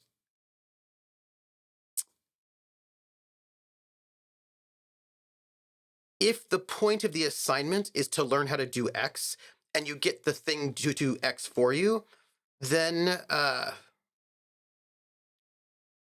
that's not great. Do you know what I mean? I was thinking about this with pilots too. There are those who say, well, pilots don't need to know how to take off or land or even really fly because the AI can do that now. And do you really want to have no pilots in your plane or a pilot who doesn't actually know how to fly because the AI can do it for you? I wouldn't, because the AI, you know, yeah, yeah, yeah. Um, yeah. Hey, Artie, how are you? And perhaps like just factually wrong things. Yeah. Currently, I usually recommend Grammarly, which is also an AI language model. Yeah, it does have some limitations, but I know people for whom. I mean, look. Here's the thing: when I use spell checker, I don't just say, "Hey, spell checker, go do it." Or when I use like the grammar checker, I also don't just approve everything. I check each one, and sometimes they're wrong. Actually, they're quite often wrong. They say, "Oh, use this," and that's not the right word. And so, if you do not actually know the skills, when the AI does the stuff, you won't actually know if it's right or not. You won't know if it's appropriate or not. If you don't actually know grammar at all, and you have the AI just do all your grammar for you, A, you don't learn it yourself, and B, you don't know if it's doing it wrong. And it often does. Do you know what I mean? That's all I'm saying. It's like yeah. So it's just one of those things where I worry about it's because especially we're talking about a learning environment, right? But I mean, I'm talking about learning environment, but here I am. I just gave that example of somebody of a couple of people who were doing AI translations and they just didn't get the job because they didn't actually have the skills. They were relying on the AI to do it for them, and they uh you know, And here's the thing: I was thinking about this too. Like I wrote an article that was dealing with some stuff in Flemish, and I don't speak Flemish. I speak German. Flemish is close enough to German that it's not so bad. And I used AI to translate as like a rough translation to get a general sense of what was going on. And luckily, I Flemish is close enough to German that I could see when things were not right. But I would never, ever have put those translations in an article without having gone to somebody who's fluent in Flemish to double check everything, because it could be wrong. And if you like hang like a central point in your argument that this text says XYZ, but that's actually not what the text means, then you will have problems. And I see this all the time where people sort of mistranslate something because they actually just have the AI does do it and the AI doesn't understand. And then they make a whole, there was a PhD thesis that did this. It translated, the student translated stuff, the doctoral candidate used AI to translate some things, and then made a whole bunch of really I can prove that this person has these attitudes because of this, this, and this. And I was like, but that is not what that word means. That's not what that word means. This was in German. It was like they were using AI to translate German into English, and I was like, that is not what that word means. You are assuming certain kinds of ideological viewpoints based on this translation of this word, but that is not how to translate that word. You know what I mean? And so if you don't know, then you don't know, right? You kind of get snookered in that way. And I think it's one of those things where, what was it? When I was in school, they wouldn't let us use calculators until we could actually do the math without it. And then once we could do the math without it, then they would say, go ahead, use the calculator. And because they said it wasn't in our best interest to not actually know how to do it ourselves, And I feel like that has put me in good stead. See, the difference is Grammarly is not a generative AI versus ChatGPT, which is a generative AI.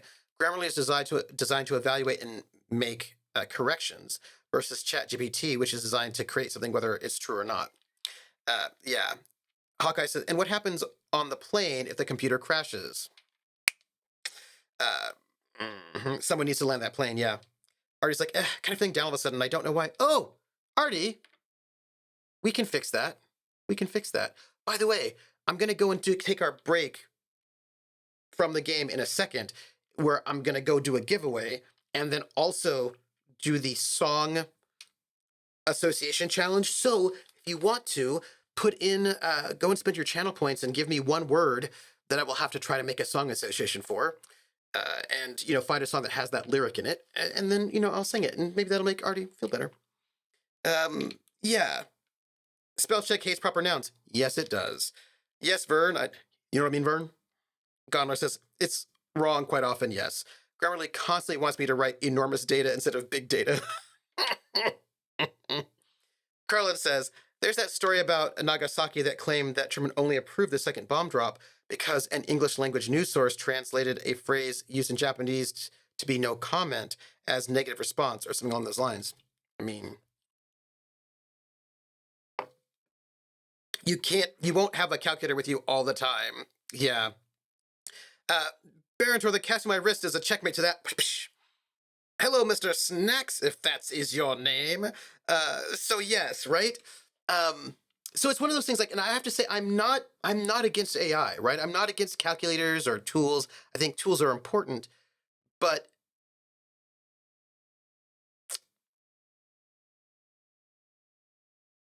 somebody told me something really interesting. By the way, we're going to do a giveaway in 5 minutes, and the giveaway is going to be for a game, and that game is going to be,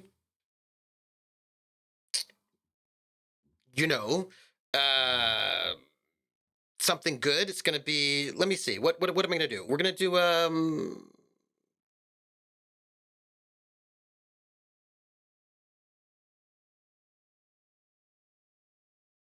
Ukulele and the Impossible Liar, which is an indie adventure game. That's what we're gonna do for our giveaway. So just make sure you've said something in chat in the next 5 minutes, because then in the next 5 minutes we're gonna do the giveaway. Yes, yes. Tools should help you do the work, not do the work instead of you. Yeah. Hey, Critwitch. You know, somebody once told me the word is gonna roll. The world is gonna roll. I've heard that actually. Uh, so the thing is, I think that tools are great, right? But somebody said this thing I thought was really good. They said that AI basically it's not whether or not people are good, as good as AI. It's actually whether or not AI is as good as people. And they talked about um, this special post office. There's a post office box, right? There's a post office station. So back in the day, sorters would like sort the labels and sort them in person, and now basically machines do that. People are like, can a human sort mail as good as a machine? But actually, here's the thing: there is that one station that is only people sorting packages still, because the AI sorts all the packages that it can, but there are packages that it cannot sort because it is not smart enough to know how to interpret various labels. And all of those really difficult ones go to people. And those people are like, yes, this is where this goes. And they, right, know how to sort those things because the AI is actually not as good as people.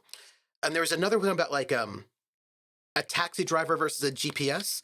The GPS can get you there, but a taxi driver who's ridden in the city for like 20 years, who's driven the city for 20 years, can get you there in a way that the GPS can't, right? So that basically there are still these jobs that really only people can do at the moment.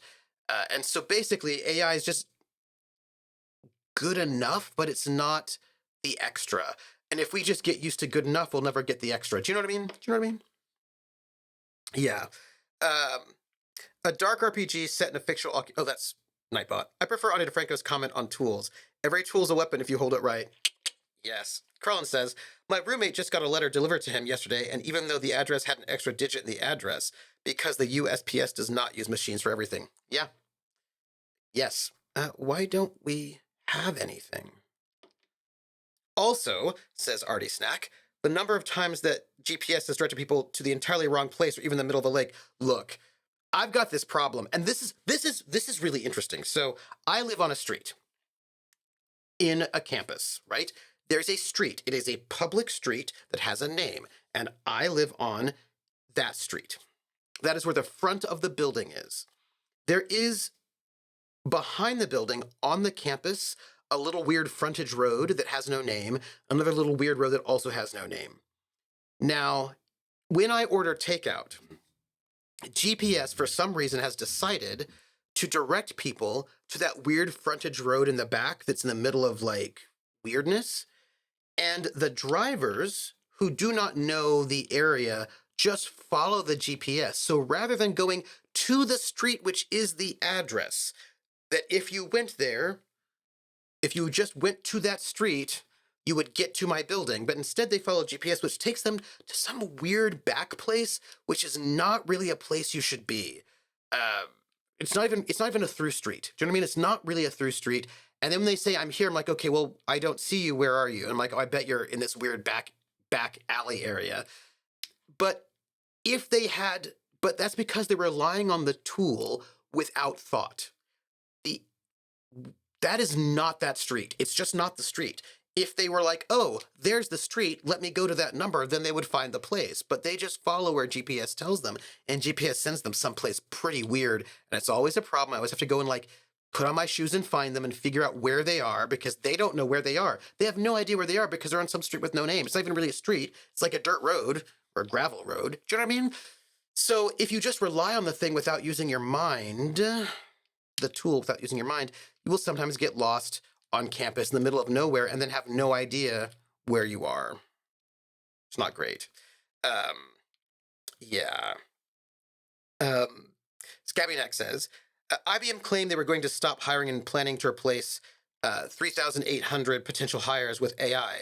I think it was using a current corporate buzzword to hide lack of growth.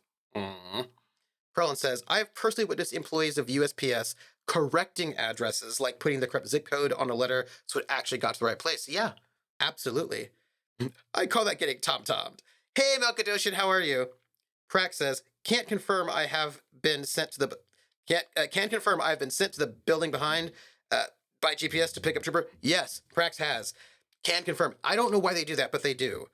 Oh, it's like a campus only side street is what it is, and it doesn't even have a name. Do you know? I'm like, why? Why? Try using GPS in DC. It's extra special. Like, and look, I enjoy GPS, right? I certainly use GPS because the Boston area is not great for navigation, but you also have to like here's the thing. You can have it do stuff, but then you have to correct it. You have to think. And my students who use a chat GPT to write their papers do not do that because they don't know, because they're not learning how to do those things. So rather than learning how to do those things, they just have the thing spit it out, and then it ends up getting them an F or a D on the paper. And uh, he looks at the corpse's stomach with a mixture of tiredness and disgust. I don't think so. And that's it? All right. Both? Well, the completionist in me wonders if there's something we could still do.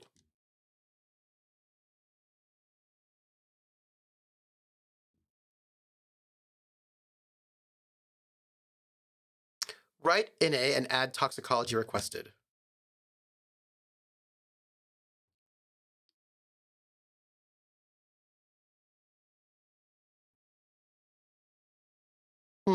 I'll write it down. He breathes a sigh of approaching relief. This is the last field on the list. He looks around to the ground, the pool of feces there.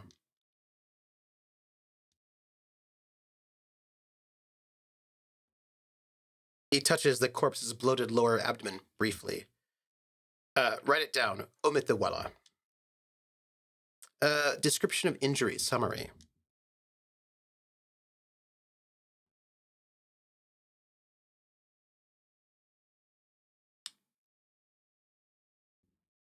Uh, Bite marks.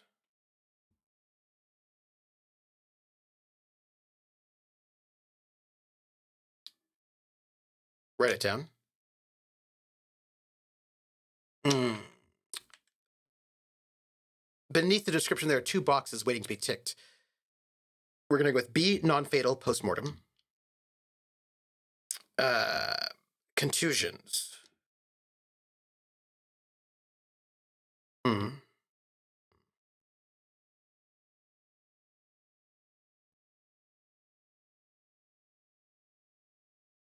Mm. Mm-hmm. I will write that down.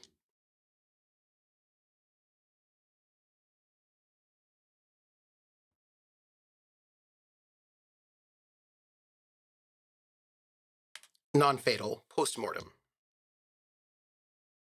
What's the fourth injury field for? Okay. Ligature mark.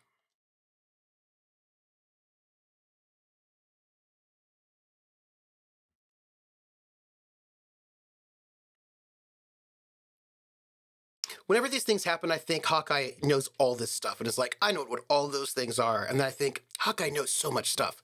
Those are my thoughts.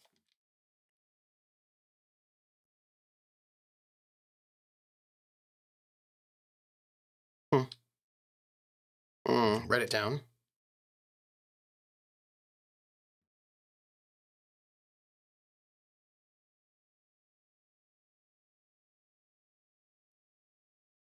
Opinion, fatal injury.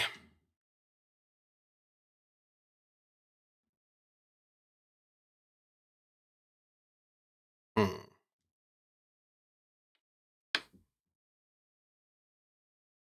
Okay. First, how did it go?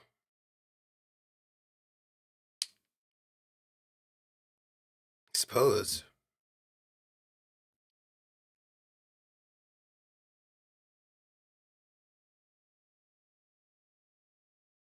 What else?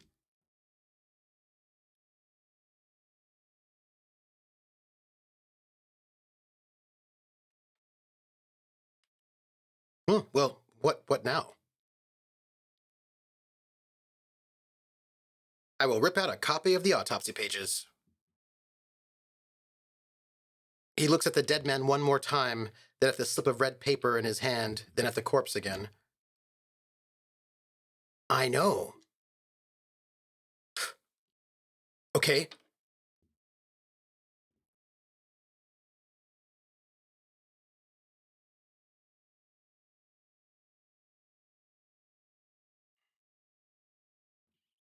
This is a big deal, so I'm going to look at chat. I jumped off, Scabianac says, I jumped off the first time because I thought it was having me avoid something. Nope, ended up getting back on, ignore the rest of those turns. Yeah.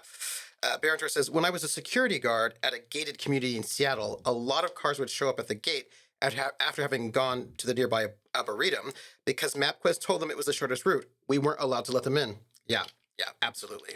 Bude says, at my work, I use a tool that has a piece of software to identify symbols on a piece and align it properly. It's awful at it. We watch it struggle and laugh at it, but it has to do a ton of them, and I ain't got that kind of time. The story about the post office sorter made me think of this. Yeah. Parentor says, this was pre-GPS and cell phones with my story, though. Yeah, I used to print out the MapQuest instructions and, have it on me. Legendary perception looks bad, right? It looks bad. I'm going to do a giveaway because this is daunting me, and I want to do a giveaway because it'll make me feel less concerned. Yeah, we're going to do a ukulele, and the impossible liar. We're going to find out who is going to do it. My perception is 3. What I'm hoping is that maybe if we go back and talk to the dead body, that maybe we could get some kind of a clue. Valtiel! Valtiel, I'm not going to go. I'm going to go to 9:30 probably. I feel like that's about right. 9:30, and then I can grab some food and then watch CR with everybody. This is my thought. Valtiel. I'm going to send you a whisper. Let me know if it works. Let me know if it works. Let me know. And just confirm for me, and then I will feel good. And I've got, by the way, you've still got some time to go put in some words for me for song association, which I'll do at the end, I think. Yeah. I'm gonna, yeah. I am going to, I'm gonna talk to our, yeah. Oh, I have a -1. Why? Why do I have a -1? That's bad. That means I have to roll 2 6s. Why don't we talk to the dead body? Maybe we can learn something. I'm going someplace I've never been in a town. I don't go to very much on Saturday. I'm hoping the Google Maps are up to date. Yeah, that's what I tend to do. I look to I'll look at Google Maps. I just will double check. How about where have you gone? I did ask you this before.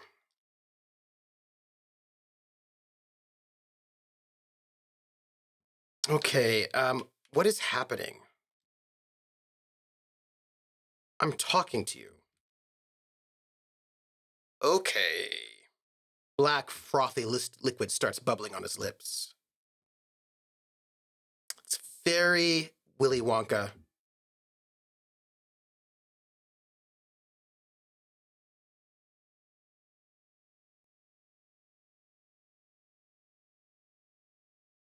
I'm worried about you.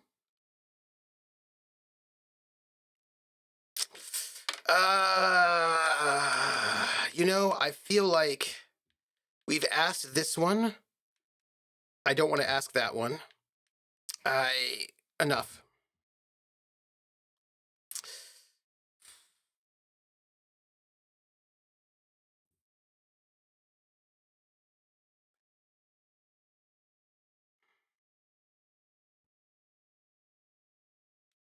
We're going to leave because I think we have an experience point. And then we can also save, right? This is my goal right now. We're gonna save. And also, I'm dying. Can we, at this moment, do the thing where we have I don't think we do we have a level up?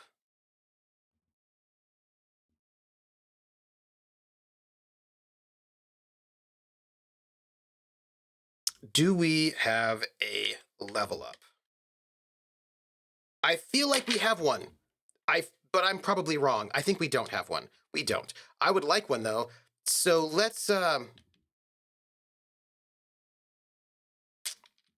see what's here. Maybe we got something. You know, maybe. The necktie is so much more disturbing than the corpse, right? It's grayed out. That's not what I want. We're 10 XP. Okay, how about if we get 10 XP somehow, and then up our perception, and then go in, because then maybe we can do it, right? So you can go back later. Well, I suppose that's true. Okay, all right. Okay. If it's a white box, well, we will try it. I know. Uh, have I gotten through everything I wrote down? Actually, I think I did. I wrote down serpent. Yes, I think I did actually. But there was something I wanted to say that I didn't write down, and so now I don't remember it. Probably not.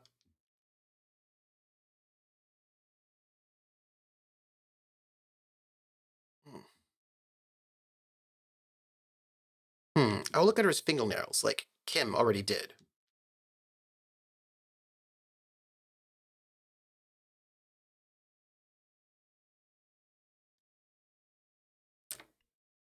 Yes. Yes, there's something we're not seeing.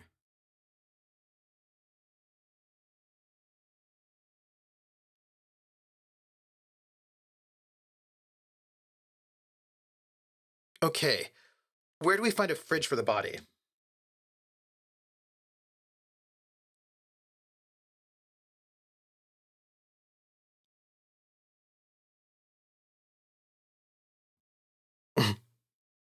We could ask Kuno if all else fails. Uh-huh. No. Relax. Kuno.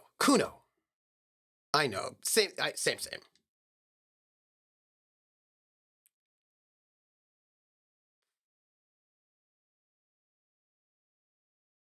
Hmm. I just take another look at the body first. I know. Okay, I see that. We're gonna go. Yeah. You know, I just feel like I need to get Kuno on my side. I need to get Kuno to like me and stop being ridiculous. But we also have very little. It's late. It's like 6 o'clock. I have no money. I'm gonna get yelled at. I need to go and, you know, we'll ask guard. He hates me though. It's terrible. Um, when you get to the end of the quest and you're 10 XP away from leveling, so you try to get the GM to let you go out and fight something small. Like, yes, that's what it is, Valtiel. I stomped some rats, you know? Let's talk to guards, why don't we?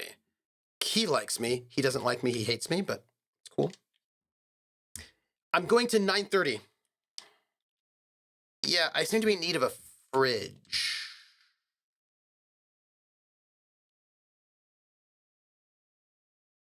Yes.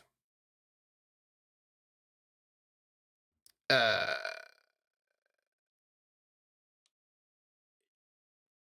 no, we want to put a very important dead body in your fridge.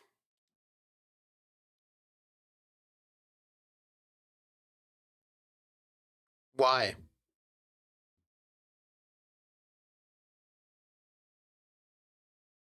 I mean, you know. I like that you're still walking around with a flashlight pointing everything. Flashlight in your face. Yeah. Yeah.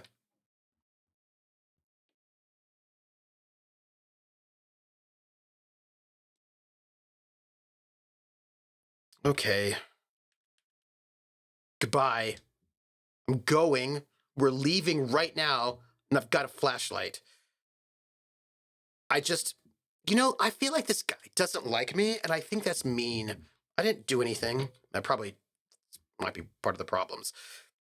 All right, so we have to find this freak shop. Oh, by the way, I have a map. Where is it? See, there's a map. We're here. There's the mirror. What is that? Mirror. Oh, there's a mirror, which we need to check out. There's Kim. Shelf of crime novels. Mirror, trash container. I feel like we were fine with that trash. Didn't we already do it? Damage ledger. I feel like we've done those. Let's close, though. Maybe not. I don't know. So we've got things happening.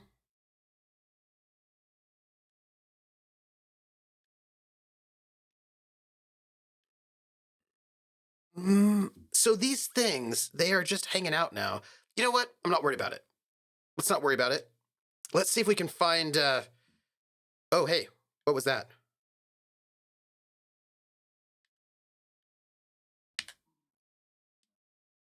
Maybe a sea monster did this to the plaza. I have not read these. And then, Oh, I didn't mean to talk to you. Let's just leave. Nothing. I don't want to.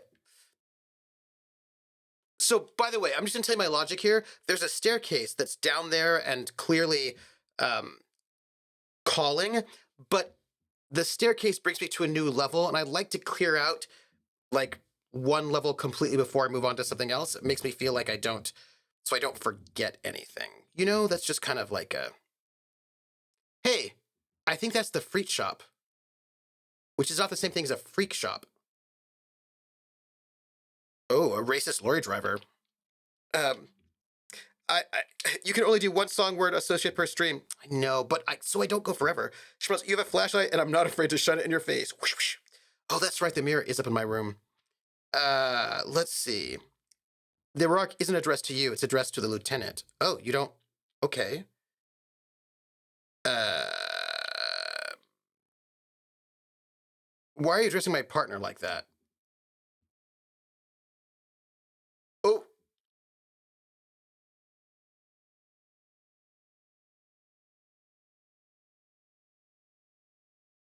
okay.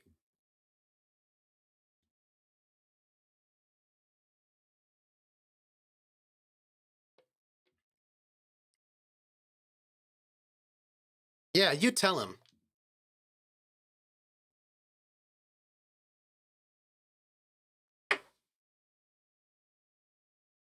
Yeah. Uh, Limbo, what's going on here?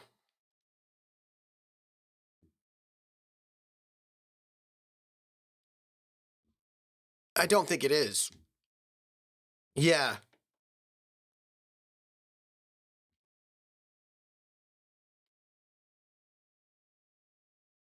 Hmm.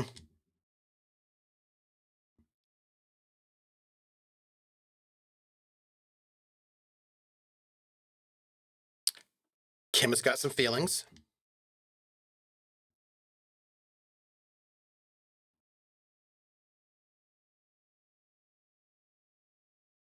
Uh. Ooh. Yeah, yeah. Fucking A, Kim. I've got your back. Well, well.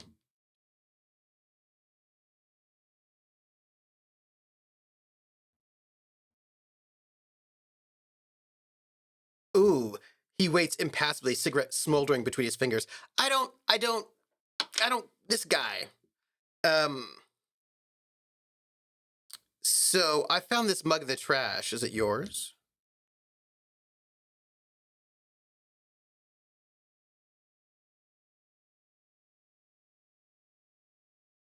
Is it yours?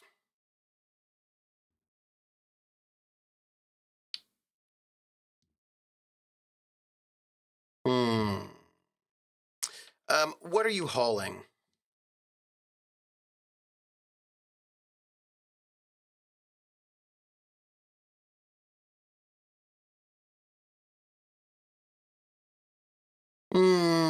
What kind of cargo are you supposed to pick up? Apples?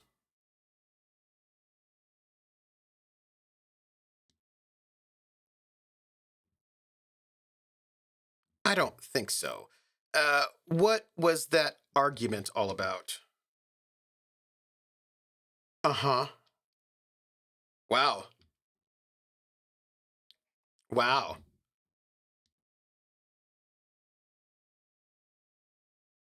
Yeah.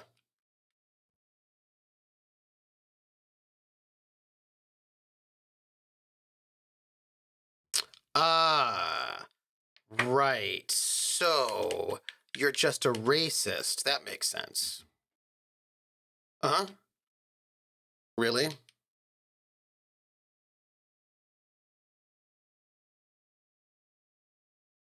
Hmm. I heard the tone in your voice.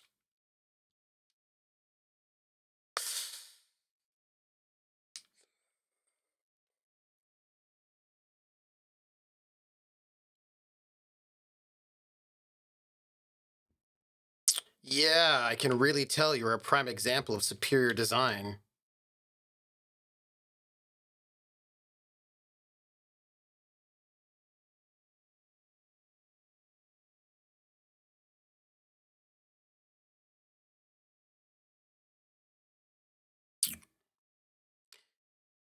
Yeah? What's the problem with that then?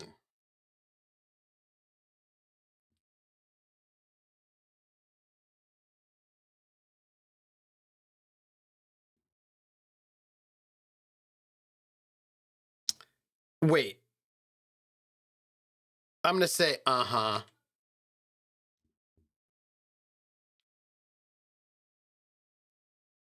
Mm hmm. Wow. Uh huh. Uh huh.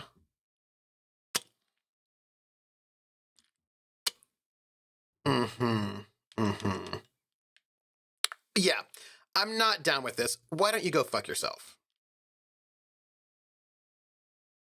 The man gives you a disgusted look, then turns his attention elsewhere, ignoring my presence. Yeah, this guy. Piece of work, this guy. Piece of work. A glossy magazine, most able bodied man. This issue hosts a top 10 list. Uh huh. Jump Jams, a popular musique mag. Nice, I love Jump Jams, it's one of my favorites. Also, there's clearly something going on over there that looks exciting, but we're gonna. Ooh, let's take everything. What is it? Oh, I just got a healing item. It's going to help me with my spirit, not my. We've got to deal with this endurance situation, people. I am not in a good way. Oh, there's money over there. If you'll excuse me for a second, I need to take that money. I need to take all of it. I have so little money, and I think I need like 100 and something real, and I don't have 100 and something real. I have not. What do you think this is? Oh, it looks like the strike, huh? This is very exciting, but I think we should go here first because that feels like a thing that we do in the next session. I think here's where we chat with people and, try to be charming, maybe. I should talk, find out if Kim's okay. Yellow roses, dozens of them, tulips, too. Hmm. Oh, there's a lot of stuff here. What is over here?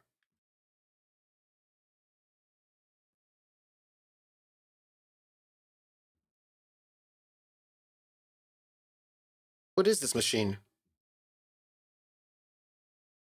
Right, but what is it?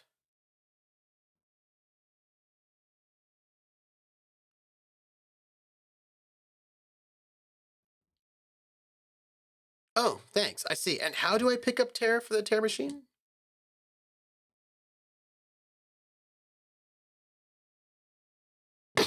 She shrugs awkwardly. Love her.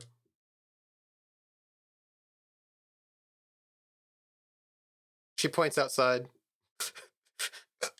She is very excited about her job, which I appreciate. What do we have here? Oh.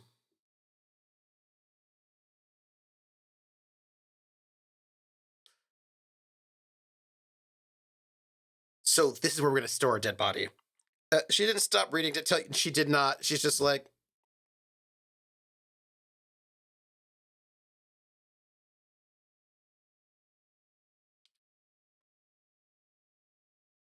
yeah, I'm going to say, what's that? The raincoat.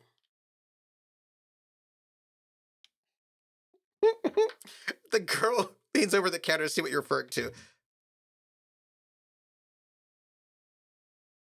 She taps the glass counter. The raincoats patiently await purchase.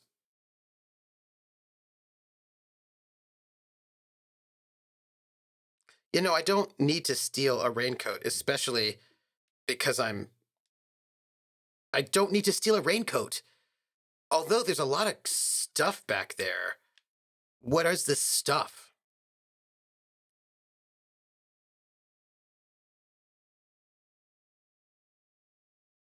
Bulbus is, so yes, you pick up a small bag to pick up bottles from the trash to turn in for cash. I need to do that or else I can't sleep anywhere, I don't think.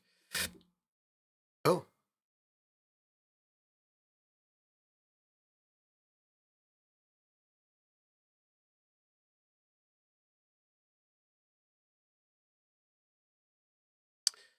This is not a good place for a recovering addict. She looks at the wall of goods behind her, then adjusts her hat.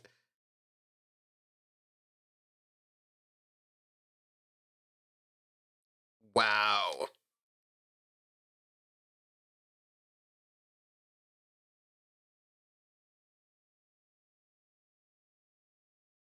Uh, I am going to, I'm going to leave that. We're not going to deal with that because that's bad for me right now and I'm trying to be better.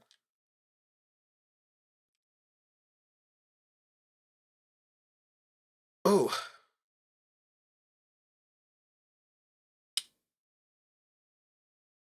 Look, we got to get more endurance.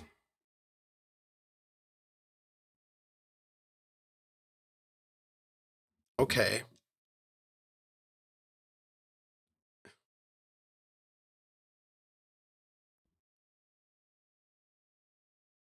Great. What do those products do?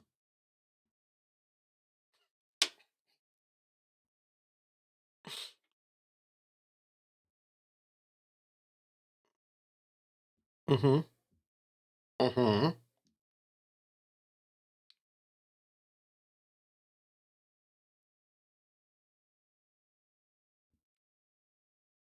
Great. Thank you for explaining, miss.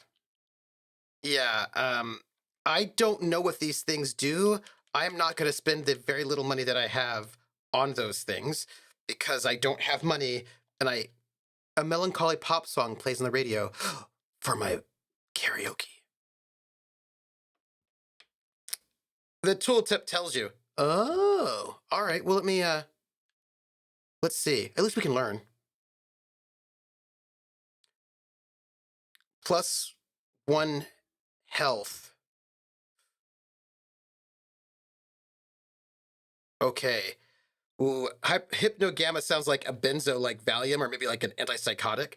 So here's the thing, I am injured, but if I spend my money on repairing my health, I don't have money to pay Gart so I can sleep there tonight. So I feel like I just can't do it. You know what I mean? Like I feel like I just need to not die is really what it comes down to. Hey.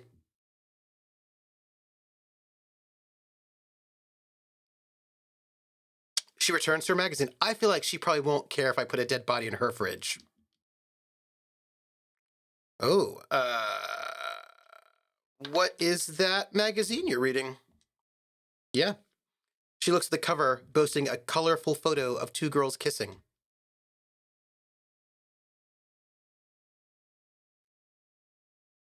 Okay.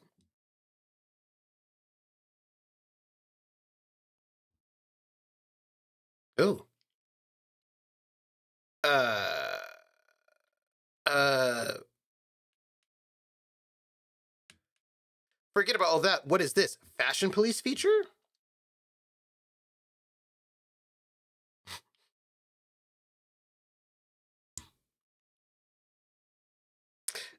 Okay, I'm doing song association to end us to end our life, not our life, our stream. Um, point to her hat. So who's the most stylish there? It can't be anyone from here.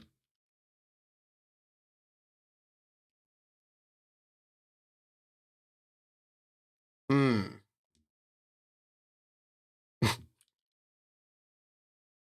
Yes. But before we go, what is this frit? Okay. Why is it written with three T's?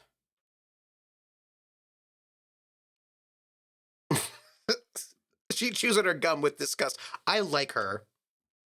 Yes.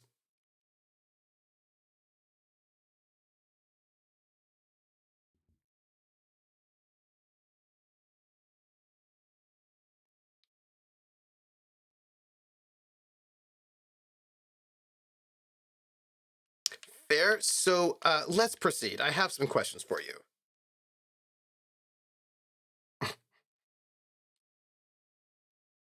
Um. Oh. Ooh.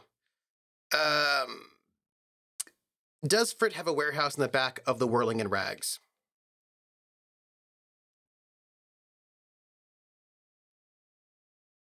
Yeah. Okay. This is important. Come on.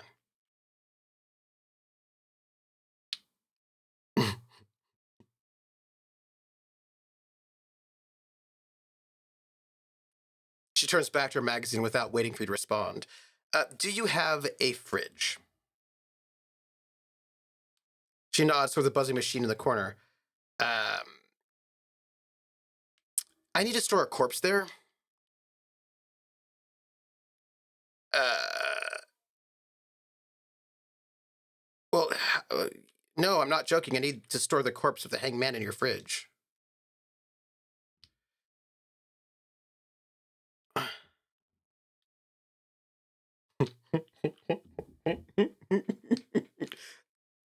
Yeah, you're right. I, plus, the fridge is too small anyway. She returns to her magazine. I love her. I love her. Uh, let's see. Can you tell me anything about the dead body?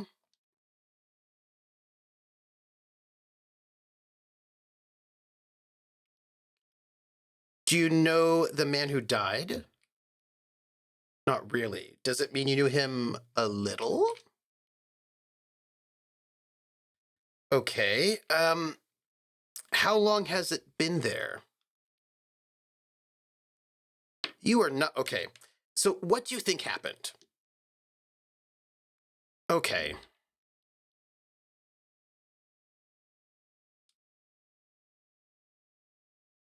The lieutenant's voice is soothing and professional. She scratches her nose. Well, I think. Thank you for your help. We're not going to ask about the reality because my partner's here. But that is. It looks like everything we can do in here. So we're going to go outside so that we can set ourselves up for success next time around. And then we'll do our song association. Also, come on. New save. And main menu. I still feel like we should, you know, do health. You know what I mean? Like something like that. But okay, so we're gonna do our song association to end. We're gonna find out what people have asked. Let me grab my little the thing. Okay, I'm very excited to find out what we have. I just need a curtain. That's all you need is a curtain. I do love that you're doing all this with yellow gloves on while putting a flash on everyone.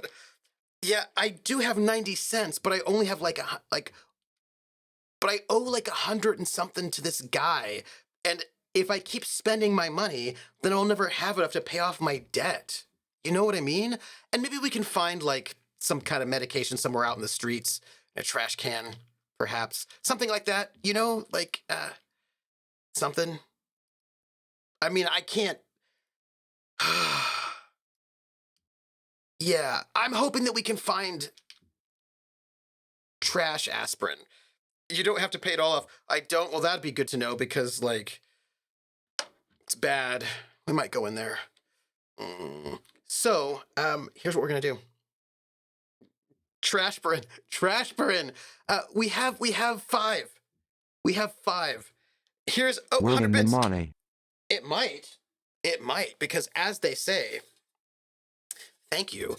I'm gonna sing "We're in the Money" as sung by Ginger Rogers from the Field Gold Diggers of 1933. By the way, as soon as classes are finished, I get to finish some of the stuff that I was doing so I can give you all a report. I'm very excited. I've got things. I'm gonna sing it in Pig Latin, you know? Airway in hey the anime. Airway in hey the anime. Iwe at gele at way of way at way at way x to ute at gele young way. Airway in hey the anime. Either ice skates are runny say. Old man did the ocean pray. We are a gray, you stay on way young ray. Iwe every eat red lay say. Way at Brian say. Ute day. And we see the end, the order look at the eye, we're in the eye, we're in the money, we're in the money. We've got a lot of what it takes to get along. Eee! Ha ha! All right. Yay, thank you for that, Krellin. Thank you. Okay, so we're gonna do our song association. I have pulled up the ones, but I've not looked at them because I can't look at them until the timer's up because I don't want to cheat. I've got 10 seconds to come up with a song lyric, and I'm going to start from, we're going to go. I'm not going to look yet, not looking, and go. All right, I'm not looking yet. I want to wait till we get to like, now, ponderous, ponderous. Ponderosa? No. Ponderous.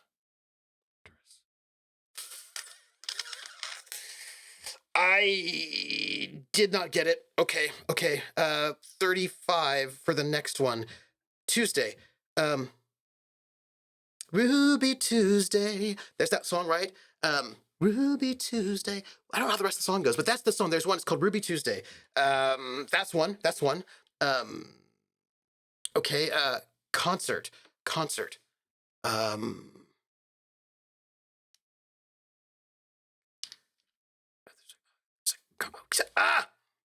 I know a concert one, but I missed it. Okay. 5. Coffee. They've got a lot of coffee in Brazil. Right, that's Sinatra, right? Okay, I got 2. And one last one, beer. There's a tear in my beer, 'cause I'm sorry for you, dear. I'm crying for you, dear. That was a very popular song when I was in the army. That's 3 out of 5. That's not bad. I mean, you know, huh? Oh, Ruby Tuesday, can't trust. Thank you, can't trust that day. Thank you. Hey, I got 3 out of 5. I'm feeling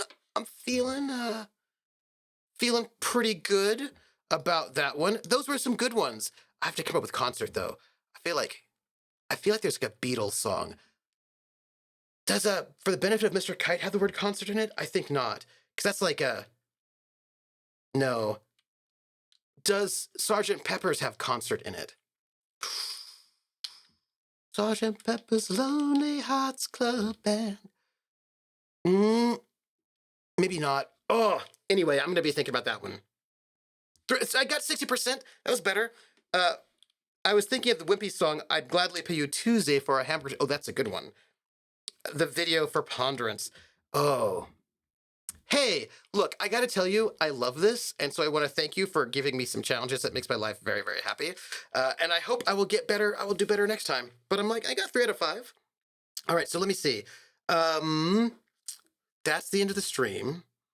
What is next? What is next is, in a half hour, I will be watching Critical Role, and if you want to watch it and chat with someone, we'll have a chat thread up in the Discord, so you should hang out in the Discord.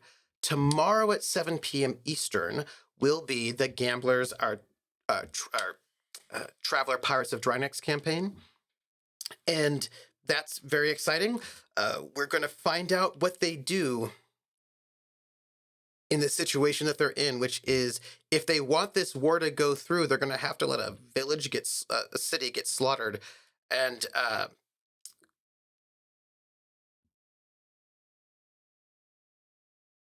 it will be very hard to get these planets to align with you if everybody on those planets dead. We'll find out what they're going to do. I don't know what they're going to do. We'll find out. So that's going to be exciting. And then you can find me on Saturday at noon for the Outer Worlds. And Sunday is not a stream day yet. If I do anything mysterious, like on a Tuesday, I will let you know. I've got to look. Here's what's going on. I'm planning my streaming for the summer, and I've got Carousel Court coming up in June, and I have got Vampire coming back the 22nd. But I want to run 2 shows a week on my channel over the summer because that's when I can. And I can't do it normally during the school year, but I can, and I know what I want to do. And I want to sort of plan what we'll do once this season of Traveler ends. I'll have like a little bit of time around Gen Con. So I've got some stuff, and what I need to do is ask some people. I'm going to be doing a showdown with Lindy on the 26th, which is a day off for the Traveler crew. I have asked 3 people to do something special in June when we have one more Traveler day off. And I've got 2 out of 3 confirmed yeses. I'm just waiting on the 3rd, and then I can announce what that is. So I've got some stuff coming on, and I've got some other things happening that might involve some other exciting stuff that I need to go and test out. So once classes end, I can test out some things. I can invite some folks for stuff, and then I can make some great announcements, and I'm really excited for it. So, and then I also get to finish my my data analysis, and once I get all that done, I can make a really good State of the Foxhole report to let you all know what's happening with that. So anyway, there's a lot of stuff going on, and I'm looking forward to making some of the Crash Jones merch. And look, there's just a lot of stuff going on. So all the love, and yes, what day will the court be? It will be Sundays. The Carousel Court will be Sunday evenings. And I'm getting food right after this stream. I'm going right into my kitchen. I'm going to get some food. I'm going to eat it. And I've got some pizza in there. So that's what I'm doing. And y'all are lovely. So you can find me here. You can also find me on YouTube at Trooper SJP, where we have the archive of all of our stuff. You can also find me on Twitter at, there we go, at Academic Foxhole. Also on Patreon for Academic Foxhole, and that goes to help pay for the cast costs. And it's going to be exciting, right? Because I'm going to be doubling some cast costs a little bit. We're going to see how that goes. And you can also, we have a merch store, so you can get kind of cool merch, which I am really excited about. And I'm really looking forward to new stuff, but I have to figure out where I can figure out some stuff. And I feel like that's it. So I will see you in Discord. Join our Discord to talk about Critical Role. And thank you, everybody, for being here and being amazing. And I adore you all to pieces. And I will catch you all on the flip side. Bye, everybody.